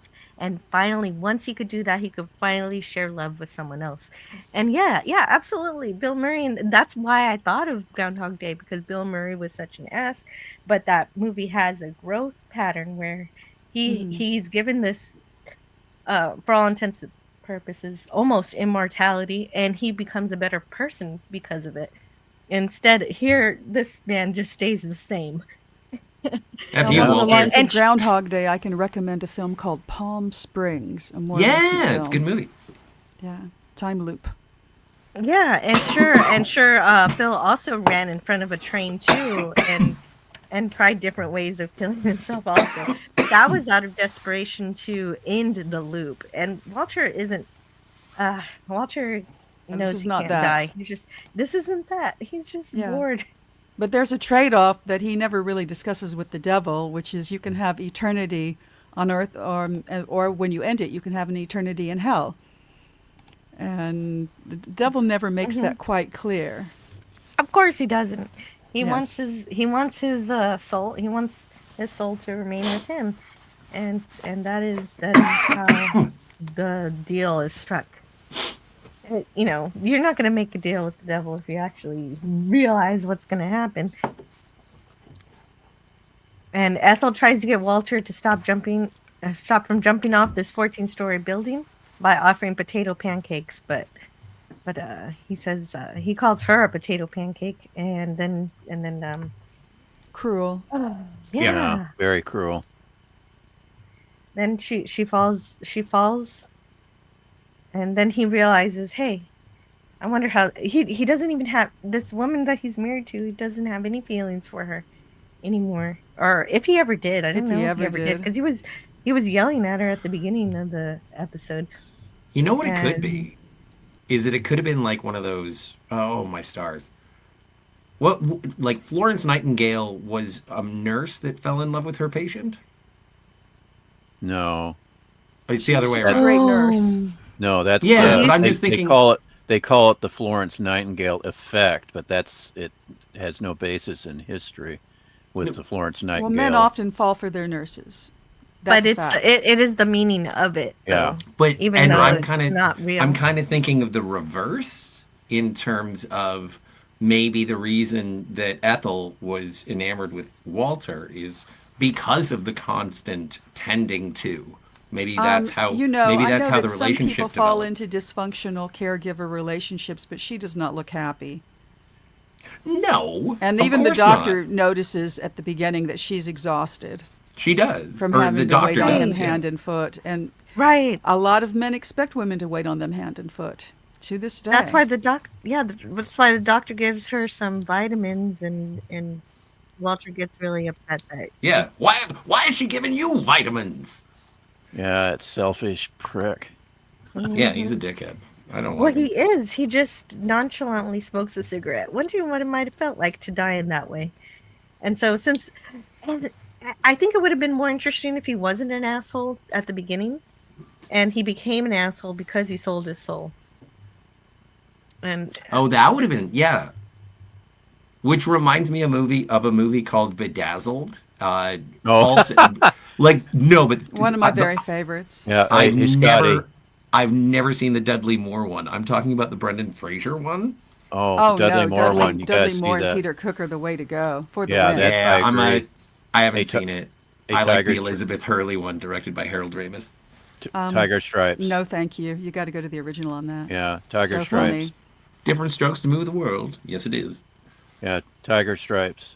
Julie Andrews. Yeah, just all of it.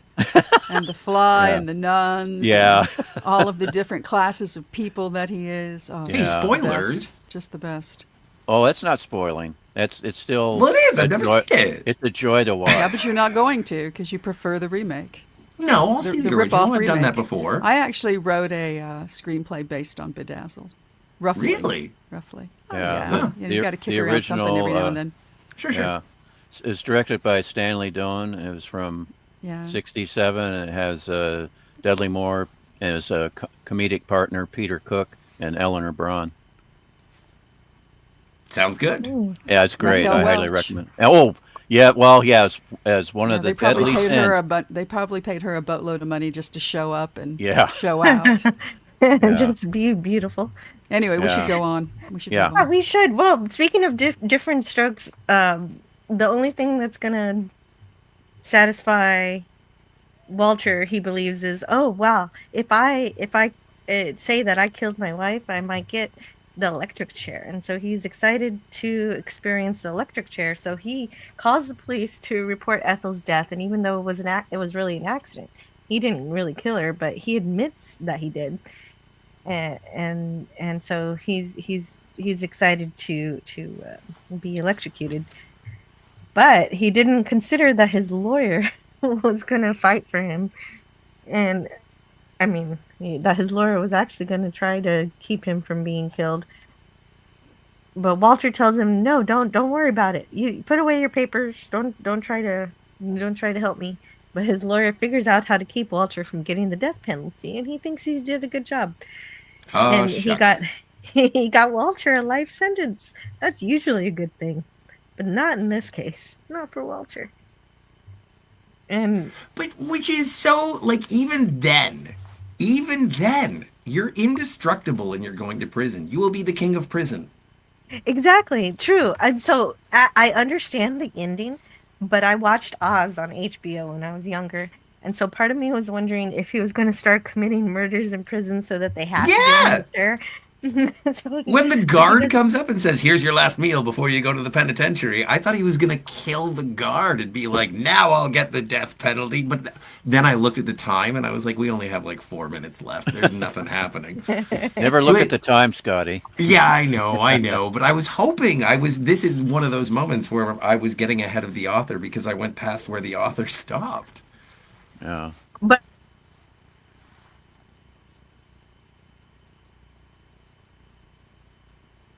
Uh-oh. Hey, Uh-oh. something dropped. okay. I'm sorry about that. No, and as I said before, he's a small, limited man, so he doesn't have that imagination to think, oh, how can I get to that chair? He doesn't have I don't know. He doesn't have the gumption. He doesn't have the desire. I think losing his soul, he even lost his ability to allow his emotions to inspire him to do anything.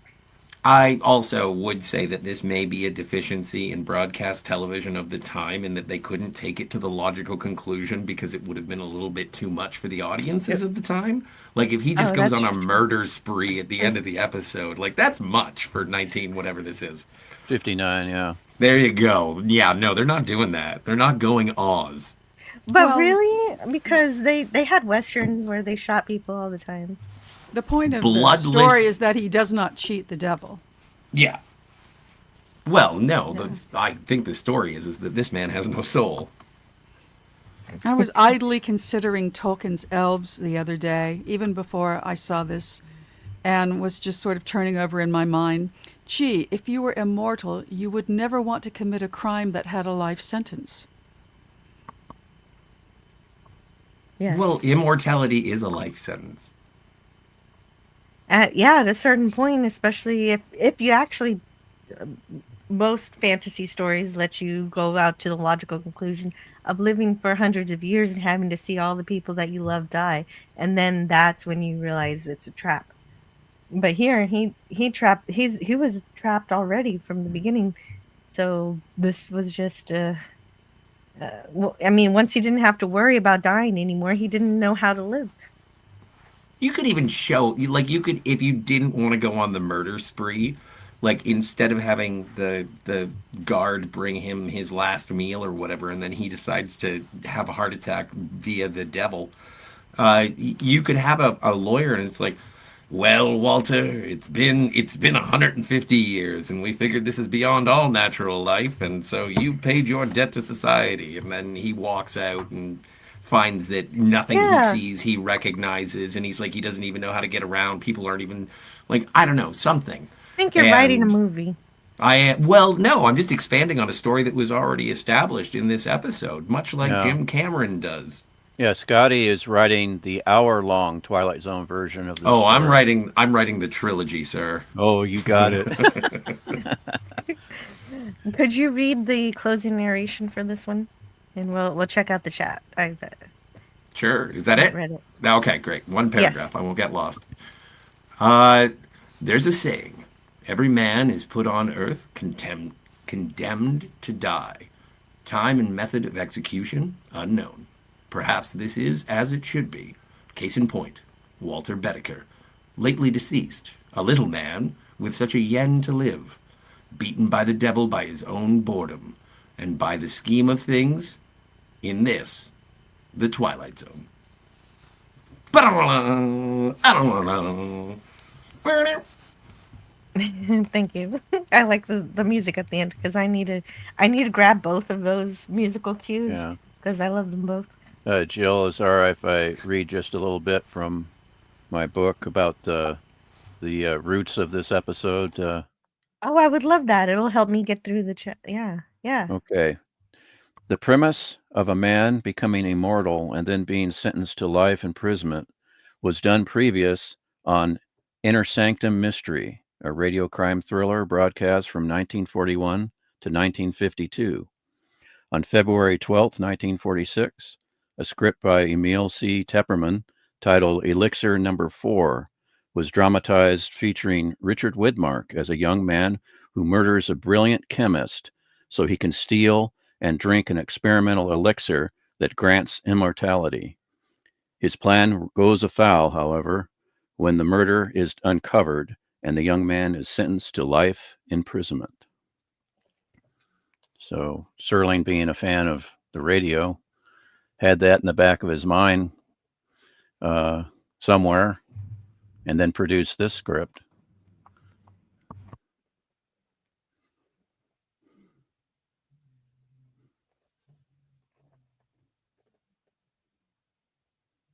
Hello. And hello. I'm sorry. I pressed the button, but the button didn't press.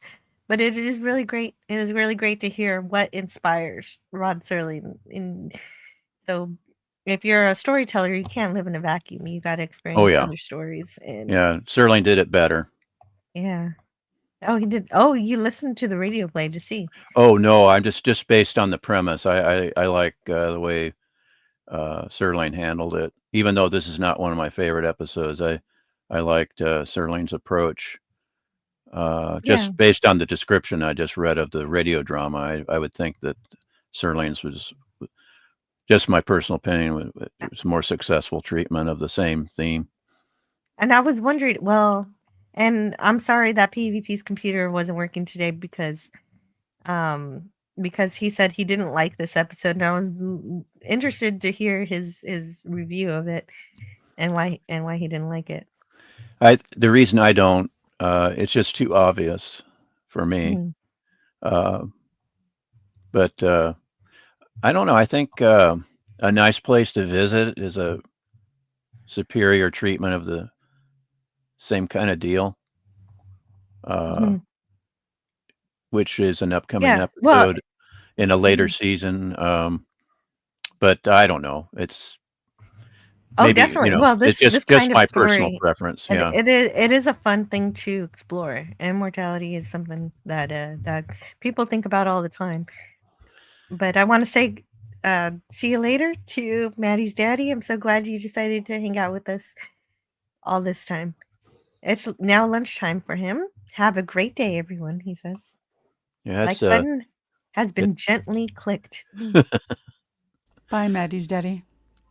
Yeah, have a good one. It's definitely lunchtime because my stomach's been growling for like the last half hour. And let's see. Oh, okay. I read that one earlier. Let's see where we are. Gavin Blackburn. Okay, so that's our review for the Twilight Zone. But I want to get back with the chat because I wanted to finish that review.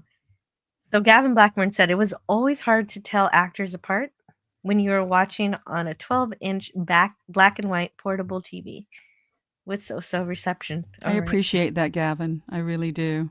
Even to this day, I kind of comment on casting when I'm watching a movie or a show and the actors look a little too much alike, and I'm like, the casting needs to be more definitive on this because I can't tell anybody apart.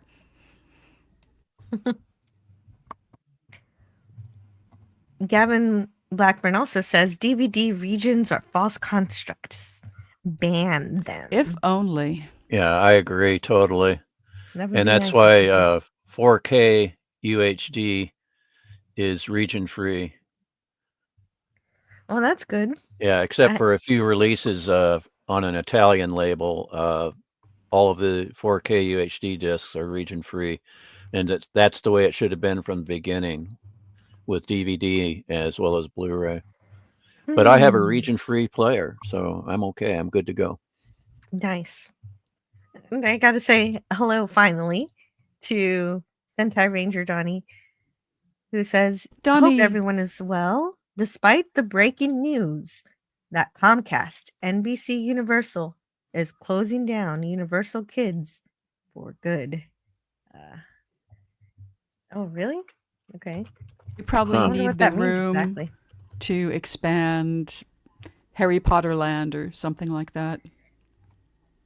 I think it's a television channel. Oh, it's that's TV channel. Streaming series. Well, that's interesting. Yeah. I didn't even know that was a thing. The theme park is doing fine. They're expanding and they got a Super Mario World, and they did expand the Harry Potter world. Thing that they're calling it. Epic.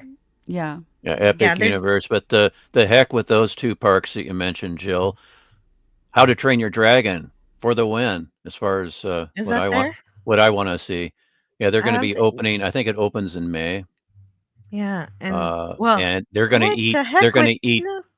They're going to eat Disney World's lunch, Oh, and then some. they have already, but now they're gonna Yeah, eat dinner too yeah, yeah. and That's a have better way to dessert. put it. And drink their milkshake. And their 3-scoop chocolate soda. Yeah, no, I'm not actually. I want to go to the Ministry of Magic, and they're gonna Yes, open please. Sure, Let me yeah. know when you go, Jill, so I can go with you. Yeah, you guys. that would be great. The Wizarding World. Yeah, both of you win. will have a wee fun time for sure. Because I hear that's one of the best immersive parks, you know, of all time for fans of that series. I've watched many people You know walk what? through it on YouTube. Oh, cool. I've actually been there, and it's great even for people who probably aren't Harry Potter fans. It's just Good that's to how know. cool it is. Well, maybe we can arrange a get together, and you can introduce me to this world, because I'm a newbie. Yeah, they even have little plays that they have going on stage that tell you some of the story. But I'm not wearing one of those stinking robes in the summer. No way. You don't no, I didn't even do that. No, you have to casually cosplay. Yeah. You have Yes, to, and you that's have to what I go in did. school clothes. You know, That's casual what- yeah, school that's clothes. exactly what I did. Yes. A little vest. Yeah. Your house sweater. Mm. Our Canadian sweater vest. How's that? Well, and there's great food and the frozen butter beer Yeah, I hear- or hot butter beer. It's Yeah, amazing. I hear the food there is incredible. Canadian Spider-Man says, "Hey chat, so much for being with wait a minute. Oh. Excuse me.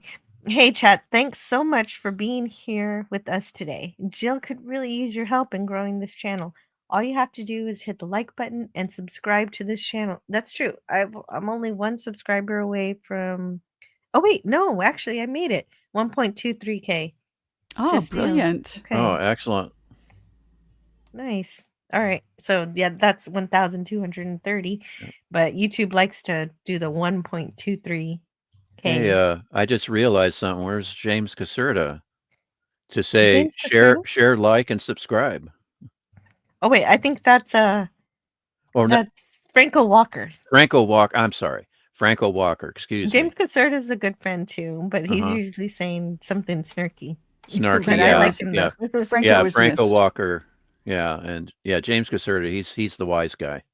He is. Exactly. That's a better way of putting it. And have a great day. Have a great day, Mary's daddy. Yeah, have a good one.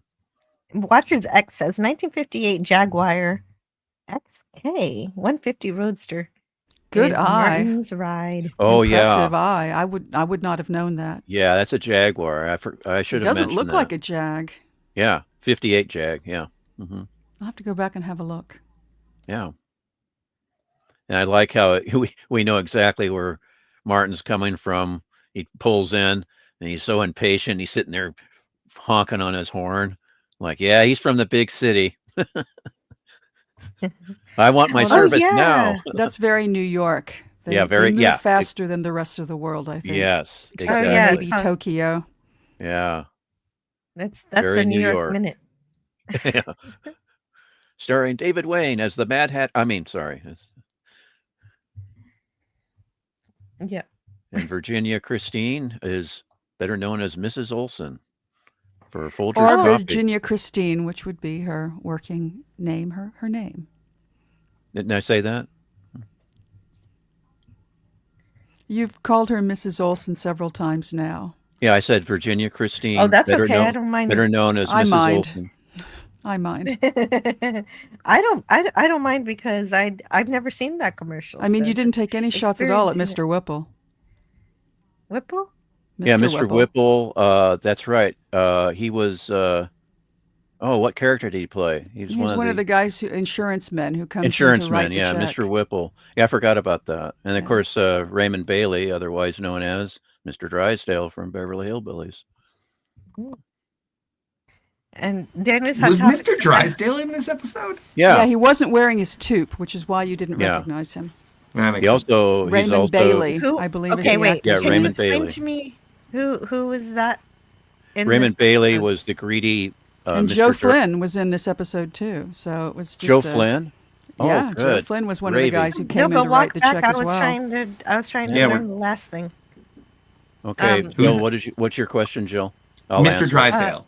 Yeah, Mr. Yes. Drysdale is from the Beverly Hillbillies. He's the greedy banker that's always obsessed with Jed Clampett's millions. And who was he in this episode? He was The judge, I thought. who was he?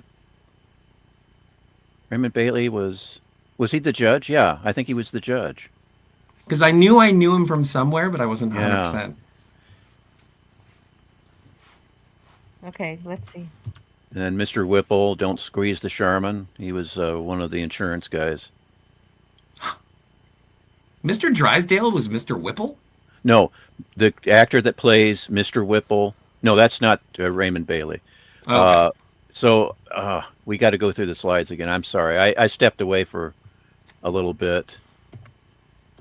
Could he? Not the no. That's not. Not the lawyer. Not All the right, lawyer. I can find this. How about the police officer? His face is obscured. No, that's No. not. He's too chubby. Do you have a slide of the insurance guys? Oh, that makes sense. That makes sense. No, I don't think. Because one of them is There's Mr. Whipple standing there with his briefcase. Or the actor who played Mr. Whipple Mr. in the Whipple. commercials. Agreed. What's the actor's name? Tiger Stripes. Oh, you tell me. Daryl Whipple. I don't know. That's why I'm asking. And that's what happens when you refer to somebody by the character they play rather than by their name. That's why I like to go for a little respect for actors. Agreed. It's a touchy thing for me. Well, and it's my mistake. and I that usually makes sense. prefer it. That makes sense to do if you know the actor's name. Otherwise, Yeah, then I don't know only the way actor's name, so. Also, if I'm you're on talking it. about I'm the on it. actual episode, it's not a problem to go by their actor's name, by the story name. But okay, So Raymond Bailey was Bedeker's doctor. The doctor. That's right. For me, doing a quick summation of a person's entire career by the name of a commercial character that they play, again, it's a thing for me. It's a And the there's insurance man Raymond. number one was played by Dick Wilson. Yeah, and that's it. Dick Wilson went on to play the spokes character. And he also is the drunk bar patron that Darren Stevens keeps running into on Bewitched. Now, Raymond Bailey was the doctor right at the beginning. Yeah, that's Yes. what I just said. He's right there. There's Raymond Bailey as the doctor. nice. Thank you guys And- for indulging me in that little bit of education. I wanted to get my get things straight because I like learning about these episodes. Well, and going back to the pre, let's take some walking distance into the past. I think that I unfortunately and crassly cut off Tiger Stripes in her investigation into what it would be like to have that influence of not necessarily directly affecting your child, but affecting the relationships surrounding your childhood. Pass. We went by that episode, and Okay. we're kind of. I just wanted to wrapping it up. acknowledge We're that good. I cut you off. Sorry about that. It's just interesting the things that happen that impact a person. Childhood's very important, and your relationship with your parents really shape the person you become and the way you relate to the world and your level of success. Yeah. Nurturing is as important as nature. So, without So watch what you do with your kids. Danny's Hot Topic says, "Is there earwax in jelly beans?" No. No, that's What? the flavor. Oh yeah. Alas, He's talking about- earwax. Yes, he is. He's talking about Bertie Bott's every flavor every flavor beans. And from we do Harry mean Potter. every flavor. But it's not, they don't literally put earwax into the jelly beans. It's But I just, got a vomit flavored one once. it's just a flavoring that Mango? mimics. Like, does somebody sit there and, does a taste tester sit there and eat earwax and make sure that the jelly beans taste like Oh, we all know what earwax tastes like. Of course. That's the joke also as well, I think. Cinnamon. And I don't think I've ever, I don't know. Not even when you were a little kid. Come on, we all do. No, You stick your- earwax you stick maybe. You stick your finger in your ear and then you put it right in your mouth when you're a kid. Earwax It maybe, probably but did happen. I boogers don't never. Well, you're I've a, never you're, eaten a booger. You're a unique ever. person then.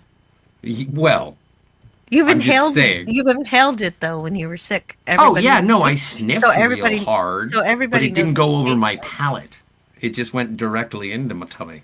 Let's get back to the chat. Well, we were talking about jelly beans. Yeah, I Bertie wasn't. Bott's jelly beans. What? I don't understand. What's this Well, that jelly came from bean the reference? chat. It's in from the- Harry it's Potter. from Harry Potter. Oh, They- from they Harry have- Potter. They have these Gotcha. jelly beans that some That's of them why I taste didn't good. recognize what was going on. It's from Some- Well, something that's I fine. never watched. Well, Alas, it's just, earwax. it's You're just in. jelly You're in beans for a treat. where some of them taste good, some of them taste bad, and then so it's a good game. Like if you have like a spinning wheel or whatever, there's a game you can play with this. It's kind of like Russian roulette but with jelly beans. Greek Letters Larson says, "Did someone say cosplay with school clothes? I'm out of here before the cosplay." What? Nobody said. Did somebody say that? I did not. Yeah, I I was don't talking remember talking anybody- about the Harry Potter world and Tiger Stripes in response to me Oh, saying that's I didn't want to right. wear a robe. She suggested school clothes. Okay, but no, it has nothing to do with anything like that. You know, he's making a joke. It's all. It It's is a a fine. joke. He's trolling. That's all he ever does is He's- troll. Yeah, he- it's a jest. Yeah, lark. but oh my god. Yeah, Yeah. it is, but it's like, come on. It's fun and games. Do kids, not fun feed and the games. trolls. Yeah, but I grew up with Harry Potter, so it was a thing when I was already a kid. So it's something. It's like the first episode. You know? I didn't find out about Harry Potter until I was 46, so I guess that makes me some sort of school predator. No. Oh my goodness! No, I it know, we doesn't. took it too far. We took it too far. It's ridiculous anyway because when I dress up to go to Harry Potter World, I'm a professor. I know I'm a professor at that point. There you go. I Daniel's dress up Hot like Topic Doctor says, Who when I show up there. Anyway. I hope the Harry Potter TV series coming soon will be a continuation of the Harry Potter franchise, not a hard reboot. You know what? I was so excited for it at first because they said they were going to expand the books and they were going to do each chapter. But the more and more I hear about it, the less and less I think they are going to be faithful. So I don't know. I don't know if I'm gonna. I was gonna review it because it seemed like they had J.K. Rowling's input and that they were gonna try to do the right thing. But I'm starting to hear dialogue where they say that they're gonna set themselves apart somehow. And I don't like that kind of language. Daniel Radcliffe will not work with J.K. Rowling, so he's not going to be in this series. It's not a continuation. It is a reboot. Daniel's Well, not talking- as- that much I know for sure. As the philosopher Rick Blaine once said, we'll always have Paris. Yeah, exactly. Sentai Ranger Johnny is here. That's good. And But it's British. It's not American. And Tiger Lady is plenty relaxed. yeah, she's great. I love Tiger Stripes, but yes, he knows he's trolling. He knows what he's doing, and we know He what gave we're me doing. he gave me the poop for the Coca-Cola and ice cream, and it's good. Yeah, don't knock it till you tried it, pal. It's the only time I drink non-alcoholic beverages. Coffee, Coke floats. I don't do about- Coke floats anymore, How about or even black cows. At some point it stopped, enchanting me. But when you're a kid, man, it Yeah, but makes it's like, bubbles. what- It makes these really bizarre cloudy bubbles. Yeah. Root beer float. You got to try that, Scotty. Oh, I've had. Oh, dude, I have. Like at least once a year, I'll order a pizza and have root Drink beer your floats big black with it. cow and get out of here, as Stevie Yeah, Van used to sing. Delicious. I've known about root beer floats, but I'd never heard them being called black cows. I think that's what a black cow is, yeah. Yeah, I know a well, I brown don't doubt cow you. is I just Kahlua never and heard milk. Tiger stripes, black cow with pizza. Do you think that's a thing? I have Like to Scotty? have a Coke with my pizza for sure, a cola. Yeah. I do. Coca-Cola. Yeah. Yeah. There's certain foods I want a cola with for sure. But I was also, sorry to get off on the pizza tangent, but I was raised with anchovies on pizza, and so I needed something extra sweet to counteract the super salty. I love anchovies on pizza. Yeah. I know. Hard pass. We were made for each other. root beer, and anchovies. That's my last meal. That's pretty rare. I don't even expect anybody to have them if I'm sharing a pizza with somebody because people really hate them. No, I love them. They're tasty, salty pepperoni. Yeah, I sometimes beer with pizza. That's just doesn't sit well with me. No, people are You're gonna blow it's up. good. You're gonna It's good explode. going down, but then you pay Going down for a it later. Strange Avenue, Jill. Yeah. Oh no! Sorry. We're not sponsored by pizza, anchovies, beer, or root beer. This episode of the Twilight Zone is brought to you by Pizza and Coke. Black Brought to you cows. by what I'm now ordering for dinner. Exactly. Yeah. We make pizza twice a month. Yeah, Just it's a month. use the coupon code ScottyR37 for the notification that there is no such code. Oh, you're right, Tiger Stripes. I'm supposed to do grocery shopping today, so maybe I should make the pizza. You could. You don't have to. Well, And I'm I not gotta gonna make say, it for us or we've anything. been doing it for years. It never comes out the same twice. It's just so frustrating. Oh, I could get one of those little pizza kits and just. Yeah, my older sister, she makes homemade pizza with a wheat crust, and it's just delicious. I want to buy a steel, and I'm not allowed, but that's really what I want to try. And then you read about it, and it's like, okay, first you put in the steel, then you heat the oven for an hour. I'm like, wait, what? So maybe not. Steel or stone? Well, that's the thing. Stone is the old thing. Steel is the new thing. Oh, the new hotness. Oh, Yes. Oh. Either way, you need a peel. In more Yes. ways than one, Scotty. Emma. Emma. Yeah. Oh, I love her. I need more clips of her. But no, I don't ever. I don't have a problem with sticky pizza. But I guess. I've never had sticky Yeah. pizza. No, I mean, I've never had a problem where the pizza won't come off my stone. Either way. You do use a stone? Yeah, I do. Oh, cool. Stone racket. That's how they do it in Texas. And presumably Italy. No, but it is delicious. Diana Pizza. Anyway, so the Twilight Zone. Rod Serling is a brilliant writer. He crafts the guy a was wonderful story. genius. Absolutely. Yes. And I'm kind of surprised he never turned his hand to directing. I was just thinking that today. he did. Well, did he? No. I don't know. I haven't Oh, we really gotta looked look. into We it. gotta look. It We doesn't gotta look look. like he. Yeah, It doesn't look like he produced. directed any Twilight Zones, and certainly he could have. When Yeah. he No, I was- just mean in general. It was his directing. baby. I think he was just happy to write and do the teleplay and come And up with produce. the stories. He kind of was the. Oh, he was the showrunner for sure. He was the showrunner. Yeah, I don't know if he was the literal producer, but that's just Well, money anyway. More or yeah. less. He wasn't. He wasn't listed in the credits as such, but he basically was the executive producer. I'm glad that he focused on what he was good Yeah. at, and especially the narration. I can't imagine the show He without won, that narration. He won 3 Emmys for Twilight Zone. I have no director credits as according to IMDb. And it's interesting, this first season, he is not present. And I'm used to him physically being present, like the same way that Alfred Hitchcock would show up to do his own bookends. Yeah, So I don't know at what point that started. that's the So- second season. That's really interesting that he Yeah, waited he was till the kind of second to camera do shy. that. He was kind of camera shy when it came to the episode proper, but he appeared, of course, to talk about the next week's show. If you have the Blu-rays, it'll show the With the perpetual cigarette between his Oh, fingers, Right. just like Walt Disney. yeah next five weekend. five packs a day.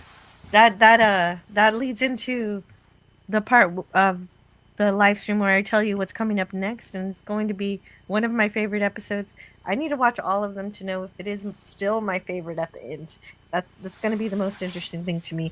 But first, I want to say hello to Claude Parrish. Claude!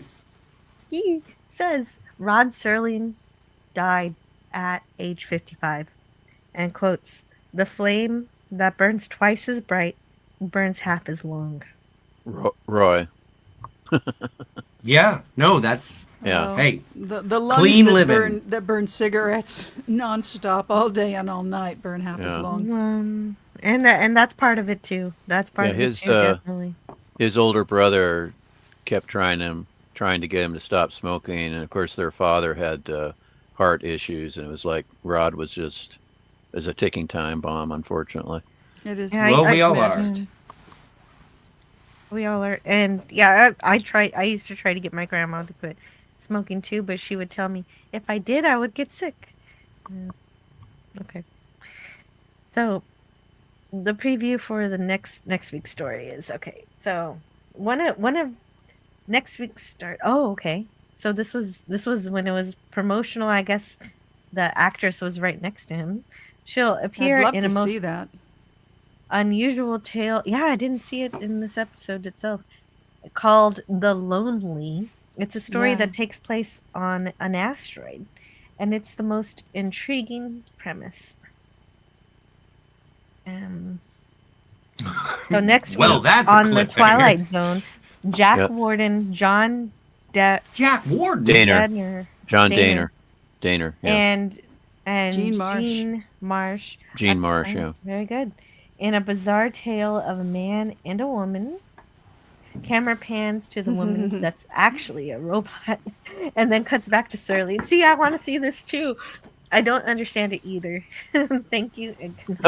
And then and then this is the one I'm excited for. Also next week we're going to talk about a distinguished actor lends us his talents as Mr. Burgess Meredith, stars in Time Enough at Last. Man, The story? just boom, boom. Yeah, that's a double classics right there. It's the Yes. story of a librarian Yeah, I'm who sorry I can't interrupted read. you, Jill. And everybody's following my lead. Please finish. No, it's okay. Please. No, I feel terrible. It's okay. I'm okay that happened because I am just as excited as you are about this one. The story of a man who seeks salvation in the rubble of a ruined world. We hope you'll share this very strange experience with us. Thank you and good night.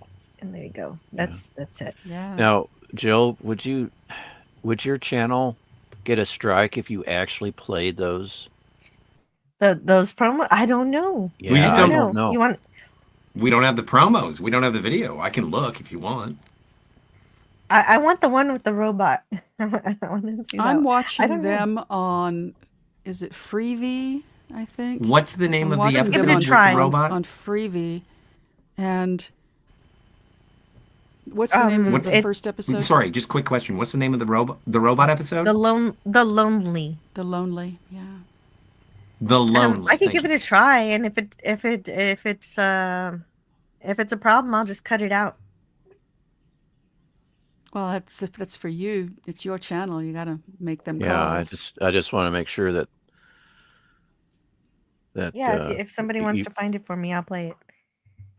But yeah, I think on Freevee, the first couple episodes I watched, they showed the bumper at the end with Rod's, standing there talking, and then they haven't since then. And Well, I'm that sure and that's that's the problem with not going in production order is that we're not seeing the actual evolution of that aspect of it. Yeah, that's true.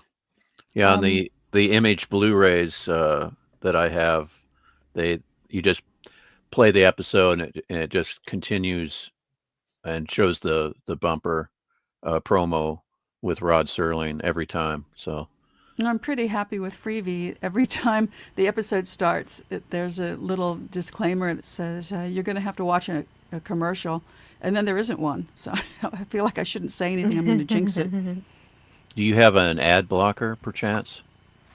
I do on the computer, but not on the TV, not on the Roku. Oh, on the Roku. Okay, gotcha. Yeah. Well, and the thing is, sometimes with those services that you get to play these things for free, but just with ads, they don't use the actual bumpers for the ads. They just throw them in whenever they want. Go ahead, Scotty.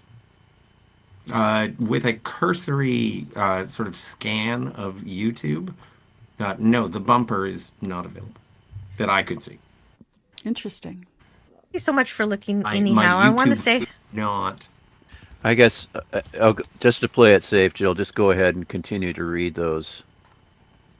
yes, for now anyway. Oh, I'd Yeah. love to see the one if Jean Marsh is literally standing next to him. I'd love No, to see she's that. not. It's It's just a prop. mannequin or something? Okay. That's basically what it Okay. is. Yeah. Okay, that's not the same. I thought so. Okay, it's a prop from the episode though. That's fun. Yeah. Probably. We have to use Yeah. our imaginations. That was the very first episode that they filmed after they did the pilot. Was the Lonely Yeah, exactly. And so that's the order. with some And on location shooting in scenic Death Valley. oh, cool. That's Yeah. awesome. Well, they're on And an they- asteroid. Yeah, they Oh, that makes sense. they filmed there for 2 days and they just went, oh, it's too darn hot here. Okay, Let's okay, go let's back to save the it for studio. next week. Okay, I'll say that. Rio, I want to say hello to Rio. He says morning. Morning, Rio. Morning, Rio. Oh, and Daniel asked how old Rod Serling was. Yeah, when he 55 passed years away, old. and that was answered up. Yeah, above previously. 55. Rod was in an episode of Ironside called Bubble, Toil and Murder. Interesting. It was Play pronounced yourself? Moida. Moida? Yeah, Was wasn't he- that their Halloween episode? Was he? Yeah, one would have to guess with that title. Maybe he was Yeah. playing himself. That's interesting. That's a good question. DJ Knight says, Jill, you have a choice to either go shopping or stay. Well, and I have. that's I not a have choice. Time, I have time to linger a bit, but I'm just hanging out. And channel demonetized in 5, 4, 3, 2, 1. Just, Booger. Greek letters, Lars. I wonder if Rod Yes. Serling ever said the word booger. Dude, he's maybe. He would just think He's of too hearing that classy for that. He'd word say- hearing that word in his incredible voice. But He'd- see, he'd and that's say- the thing. He'd say What mucus. would he? Mucus, hardened nasal mucus.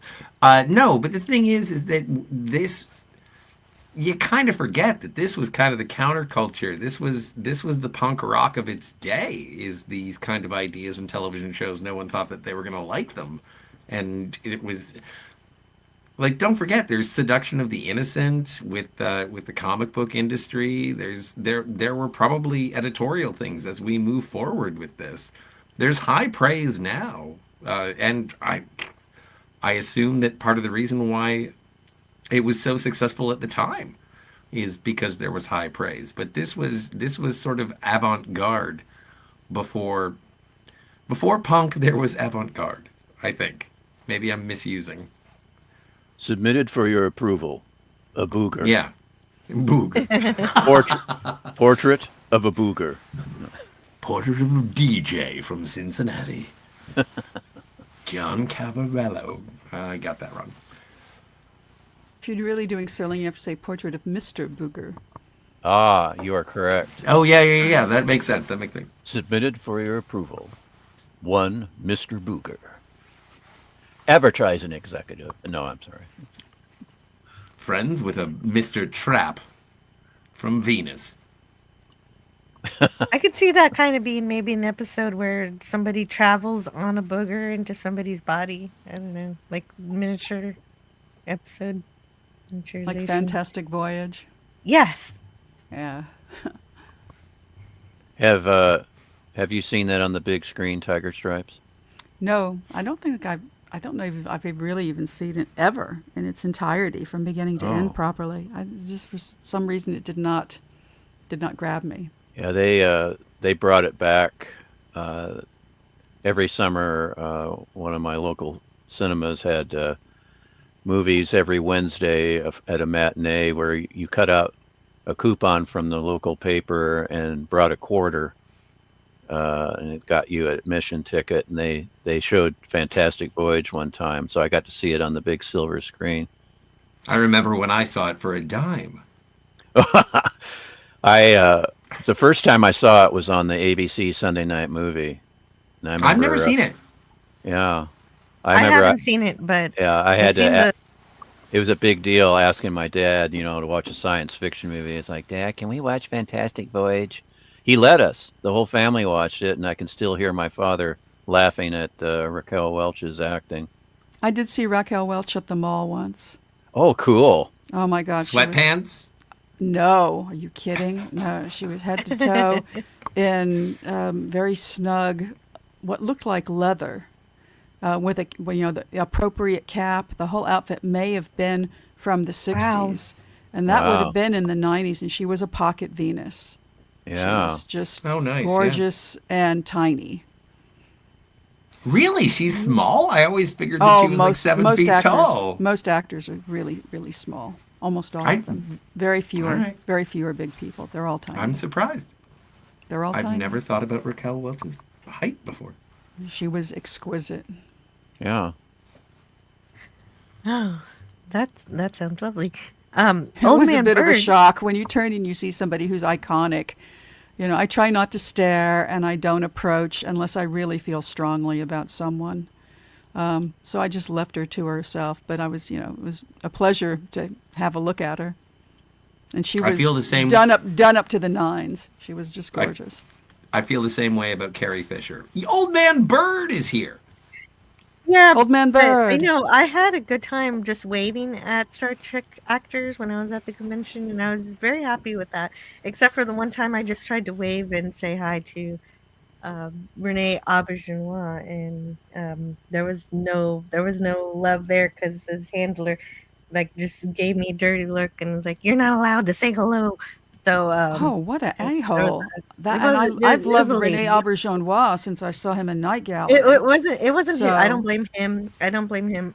It was all her. Anyway, it's not his fault. I love him. Yeah. Old Man Bird. I want to thank him for the $9.99 super chat. I like In Search of a lot more. It was nearly as fictional. Sometimes, I suppose. Different kind of a show. Oh, In Search of. But okay. And That's you can Nimoy, hear about right? it all next Is that week. another anthology series? No, it's not fictional at all. It's kind of like those...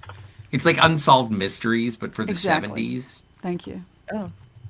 Oh, Unsolved Mysteries. That helps. Yeah, they explored supernatural phenomena and some just bizarre true locations and just all kinds of stuff, paranormal. The Mystery of Stonehenge. Loch Ness Monster, Bilbo- Sasquatch.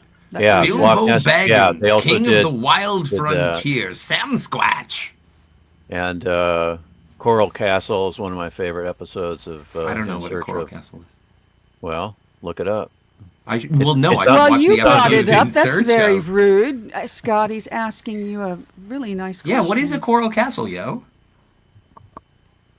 It's this mysterious structure built mysteriously by a gentleman that no one can really figure out how he moved all these extremely heavy coral stones that he built this structure, and there's doors that open. A child could open it easily, and they're just wondering, how did he get this stone balanced so exquisitely that this can be done by, little effort of just pushing this huge stone to open a doorway. And it's located in, I think it's in Florida. What? Thank you. And they do have, at the last it's been a while, but they did have that particular episode on YouTube.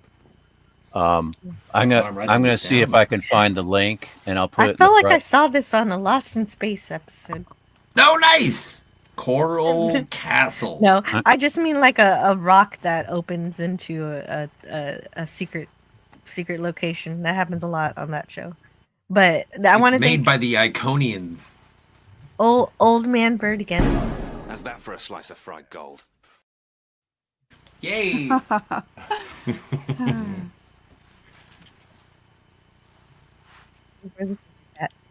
And Greek Letters Larson says,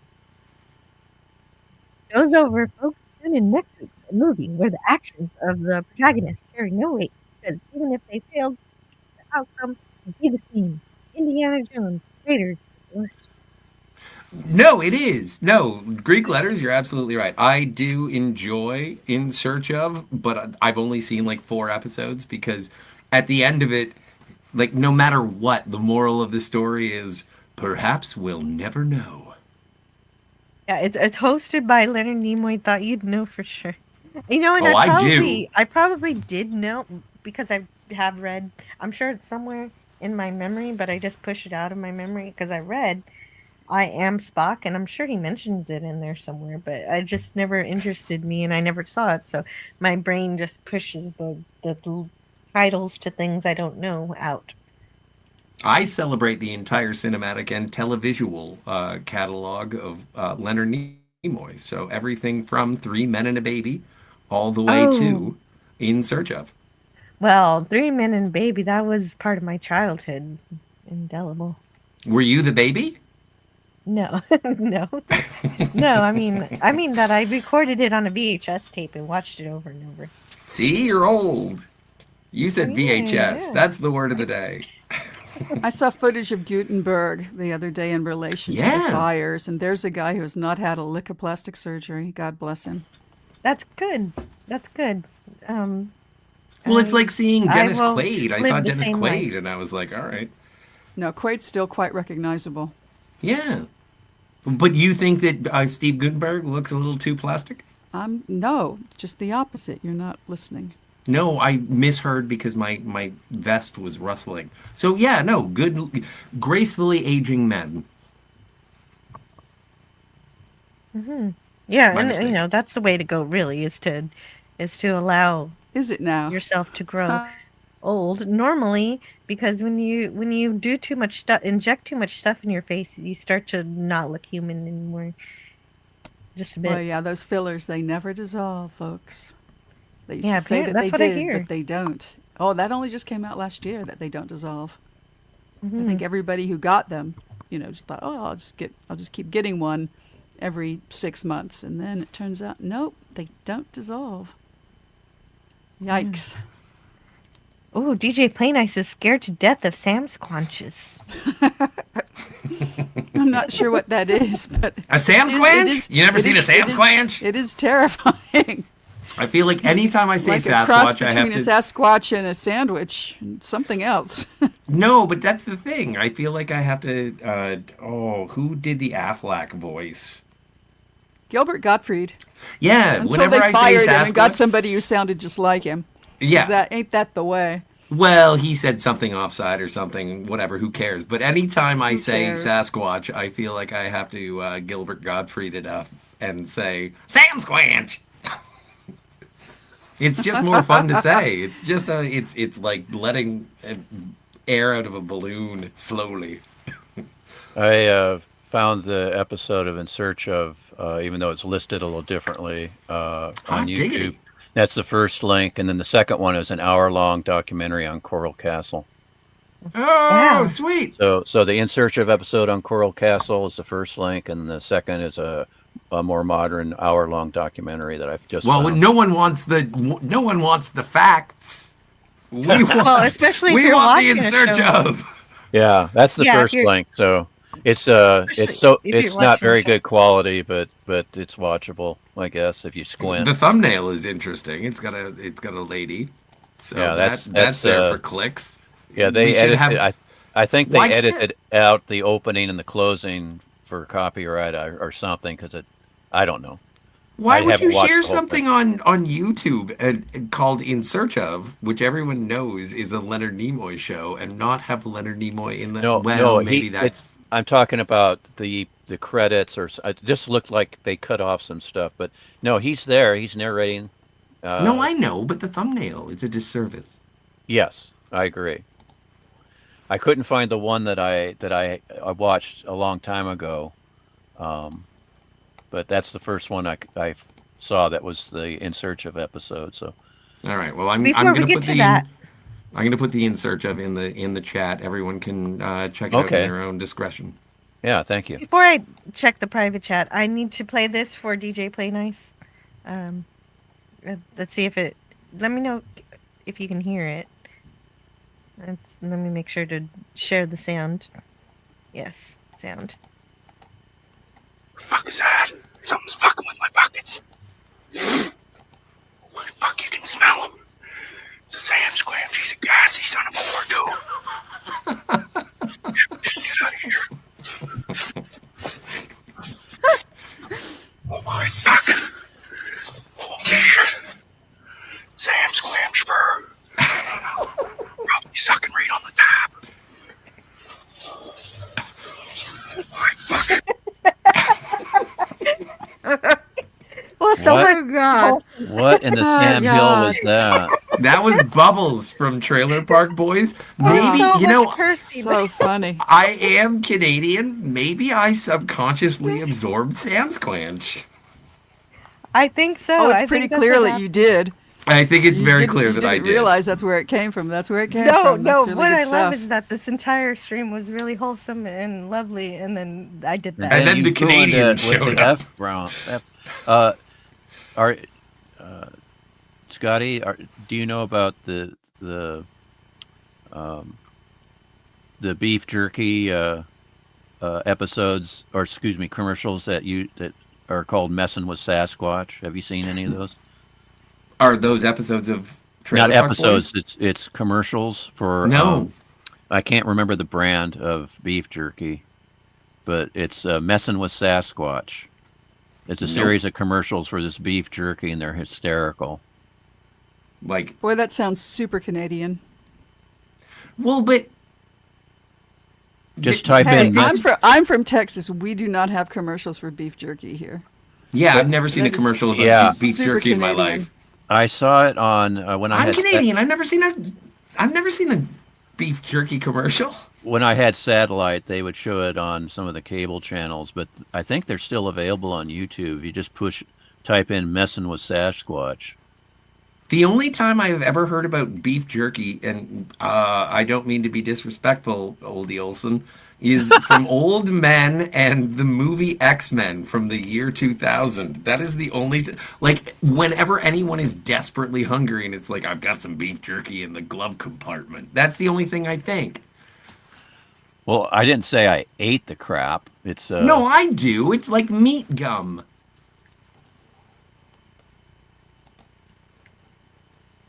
What? No, those are great. I like those. It's not gum. It's good. I like that. You crap. just chew on If it. it's properly made, it's lovely. But Mm-hmm. the stuff you Wow. get at the 7-Eleven, no, pass. What, Jack Links? You're not in with the Jack Links? Slim Jims, which I think are what, 80% No, soy? Slim Jim is not a jerky. Well, fine. If you want quality jerky, go to Buc-ee's if you're ever in Texas. Well, I do have a Captain America I shield, still so haven't Bucky been to will a let me Buc-ee's. in. It's killing me. Oh, really? You should. Oh my goodness. They have opened you one lived locally a couple of years All ago, right, and you I was guys in go off it about just happened to jerky. be in the area, and I was driving by, and the line to get in was like 2 miles I'm sure. long. I'm sure it's. and I'm, I'm like, sure okay, by now. going I'm home. sure by now it's By- died down by now. It's Yes, died but down it's by now. still not really nearby. It's still a bit of a drive.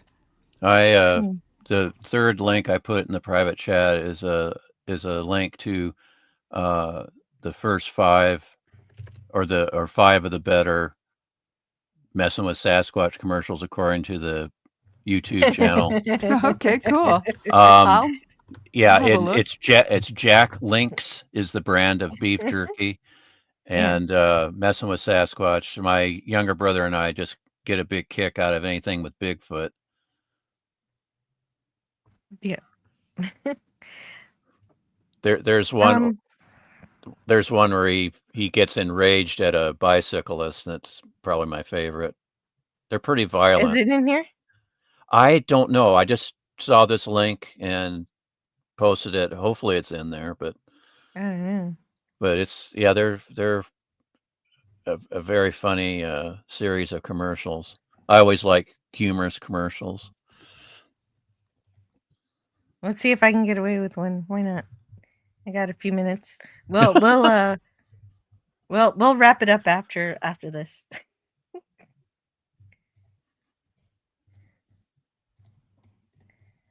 Well, we did.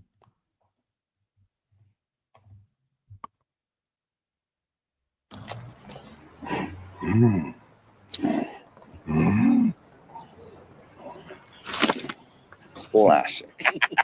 Here we are, big fella. Come get it, big guy.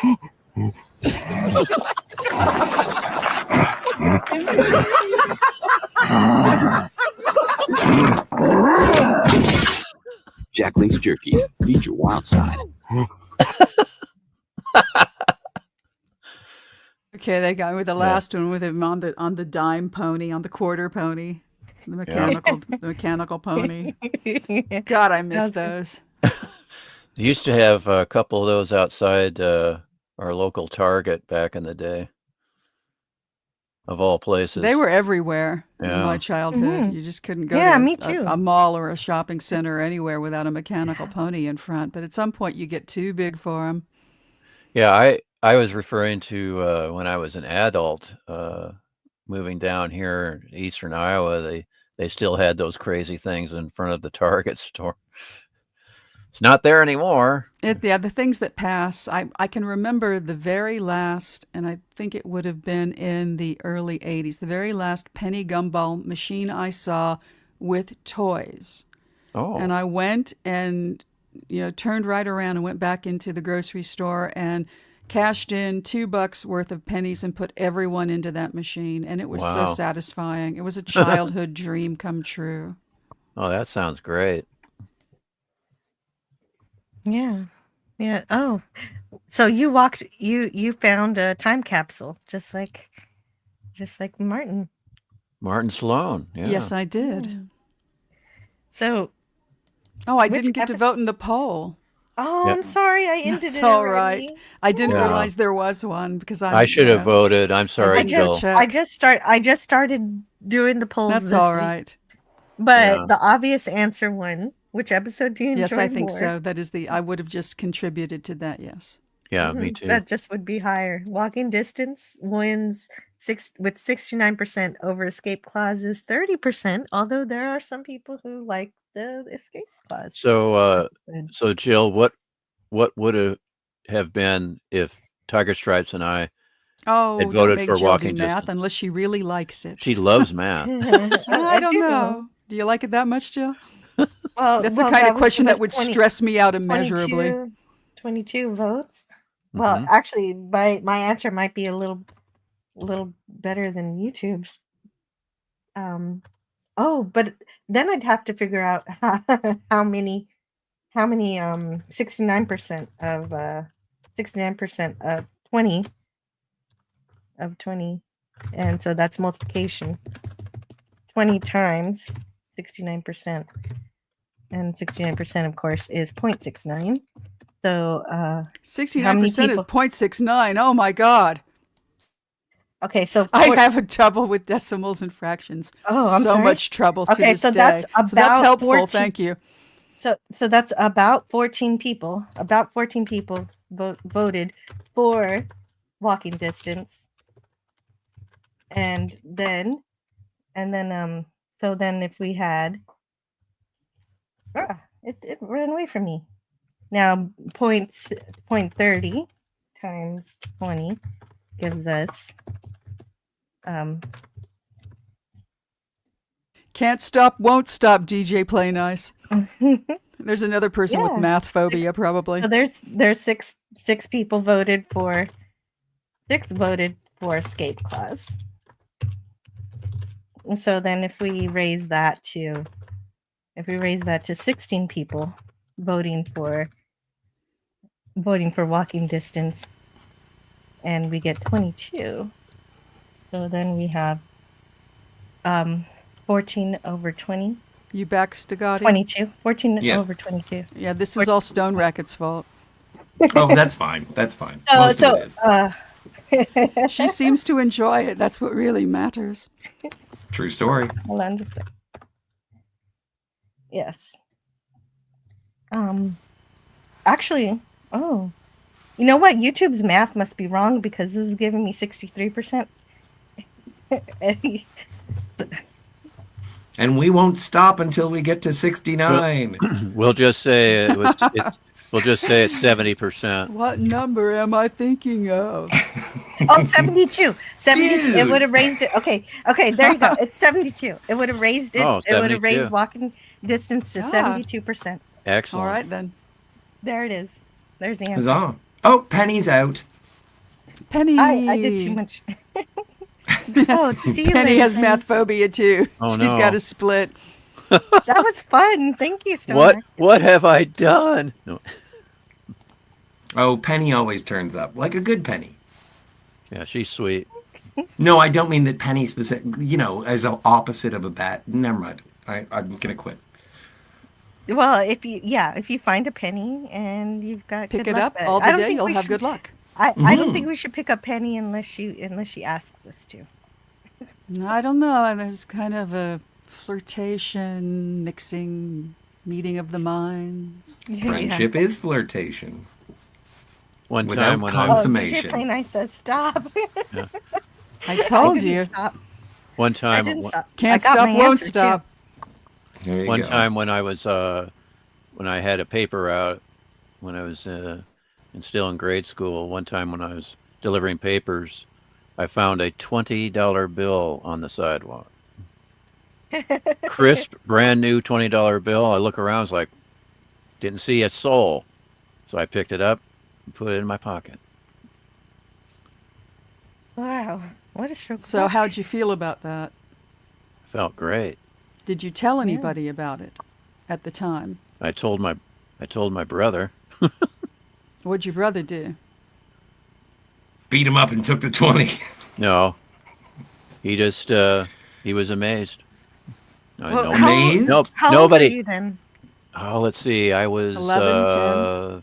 I was 10, yeah, 11. I was 12. Yeah. 12 years old. And I guess I don't know what's the inflation rate on that. No, that's some real money. Well, I $20. went to- $1,100. I went to Find that- you Walden. find that on the sidewalk, you feel real lucky. I went to Walden Books and bought a bunch of books. Oh, nice. Coloring? Good choice. That's cool. No, No. I bought. Be nice. No, we don't need the itinerary, dude. Oh no, James Caserta says he lost a $20 bill once. Yeah, Stone Racket owes James Caserta $20. I highly doubt it. I'm so sorry, DJ Play Nice. He says I'm broken. I'm going to eat a bowl full of letters to offset all that. It was okay. Now I'm thinking of the Phantom Toll Booth with the Kingdom of Numbers and the Kingdom of Letters. And Boss Nass? Oh, no, that's the Phantom Menace. I always think of that meme that everybody uses with all of the floating equations coming at you. Oh, yeah. That's a All good right. one. Yeah. You're right. Okay. I'm a little lost now that I went to math land and I'm coming back up here. Yeah. Come back, Jill. I just have to remember that 69% is 0.69 for the rest of my life. I think I can. Yeah, well, there you That's go. Yeah, really yeah, good yeah. to You know. just move. Okay, so if you just think. Oh, of no, you can stop now, 9%. Jill. No, you're It's good. okay, We're Jill. good. It's okay. Ease it up, Stephen Hawking. I am grateful, though. Hey, you guys teach me all the time. That's true. Oh, that's true. Just think of the period being at the end of the 69 and pull it back 2 spaces, and that's your percentage. Yeah. Oh, my Yeah. God. So if it's 3%, you got you got the decimal there, and you bring it back 2 spaces, but there's nothing before 3, right? So you put a 0. 0.03. That's it. Thank you. In a row? Yes. Yes, in a row. And James Caserta. It's funny. So Well, James I've had Caserta finally showed up. That's how we know. I've had people tell me I should do math. Well, where's James Caserta from? Earth. Oh, You Well, better not ask. You want to keep that 20, man. Besides Earth, me bucko.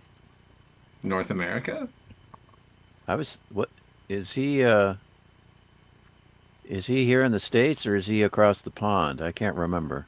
North You're America talking is yourself not out across of that the 20, pond. even as Yeah, you're you gonna go. have to pay this guy back. No, he now you with It- interest. has James Caserta ever been to Ames, Iowa? Oh my gosh, interest. Circa 1973.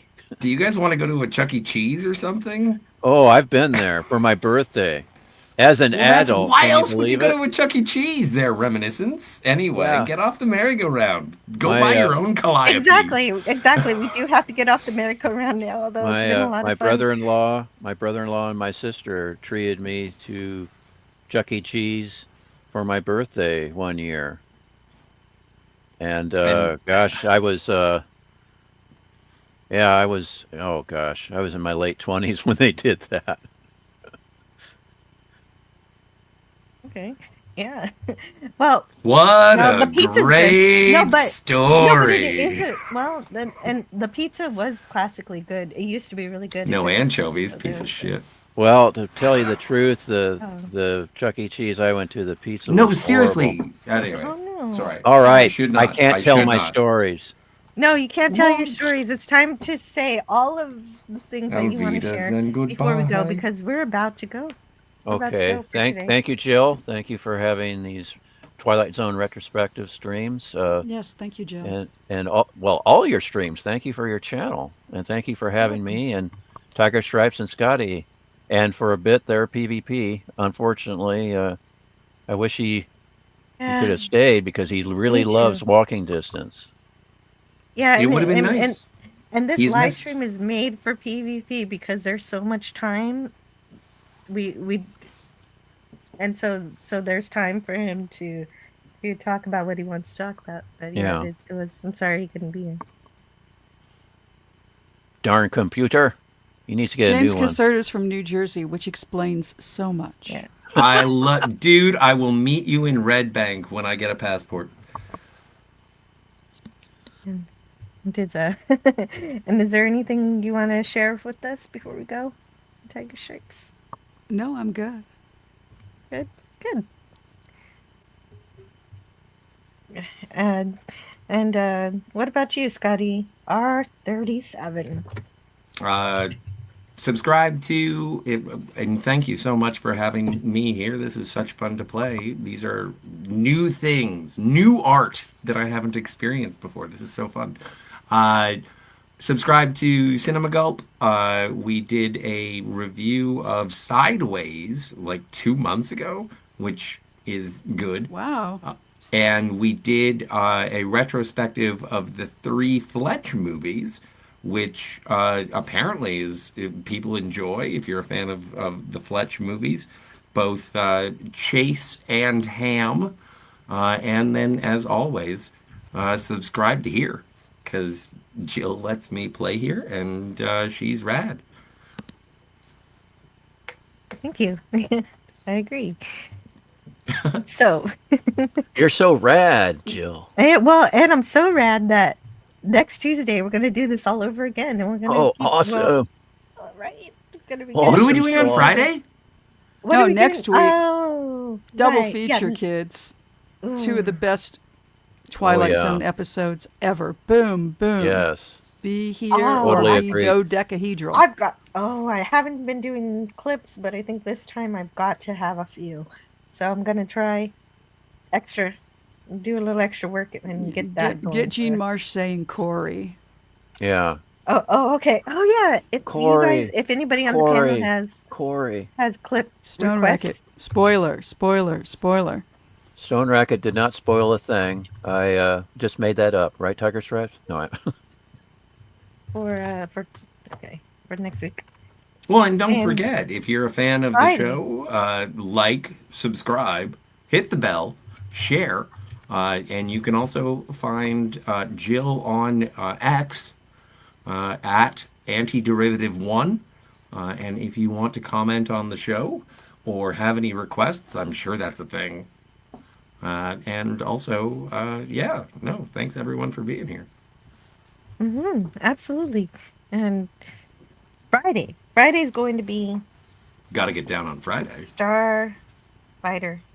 Last Starfighter. The last Starfighter. Oh, yes, awesome. The last one. Yes. Love that movie. Yeah, that's a double birthday request. Even though it's not his birthday anymore. It's a leftover.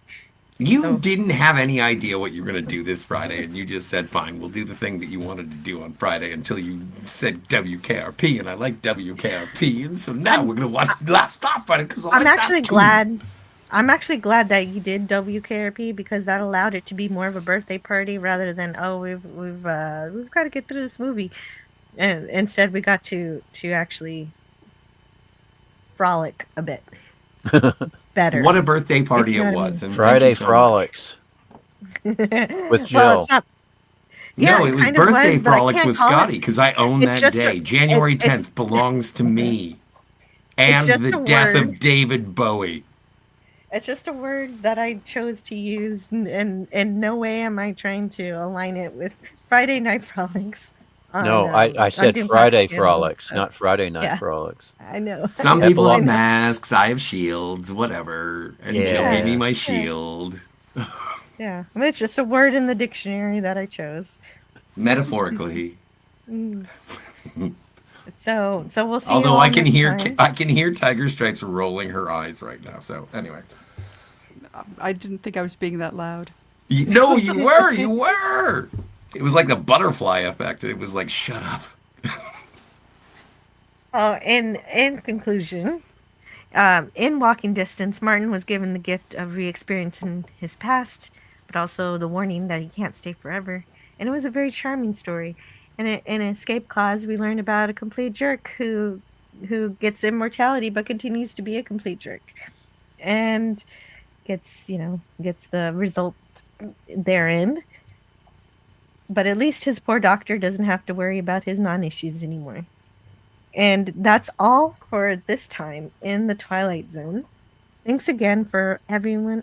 Thanks again to everyone for being amazing. The insightful nature of the chat, the jokes, and even a little bit of the trolling. It's a lot of I enjoy it. I enjoy time with you guys on the panel and the chat. The show would be lesser without you. I would have been done in 20 minutes if I had nobody to talk to. So I hope to see you all soon. To see you again in the Twilight Zone.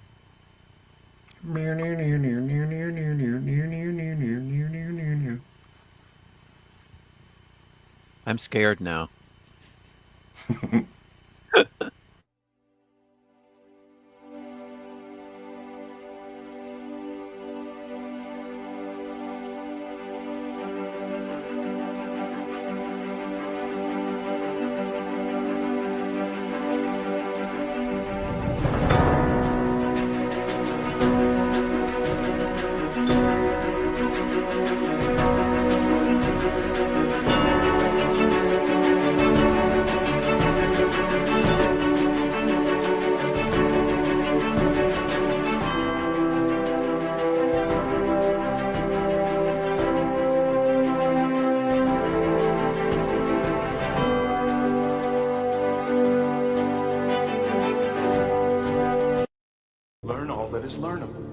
And the ways our differences combine to create meaning and beauty. It has always been easier to destroy than to create. May we together become greater than the sum of both of us. Well, now you have something new to think about. Carry on. All right, move along. Done. Stop it. Get off of the things. Go outside. Get some food. It's like, it's a time of day where you live. Go do something. Shut up, Snoopy. I don't care. You smoke too much. Let's go. Let's go adventure. Let's go explore.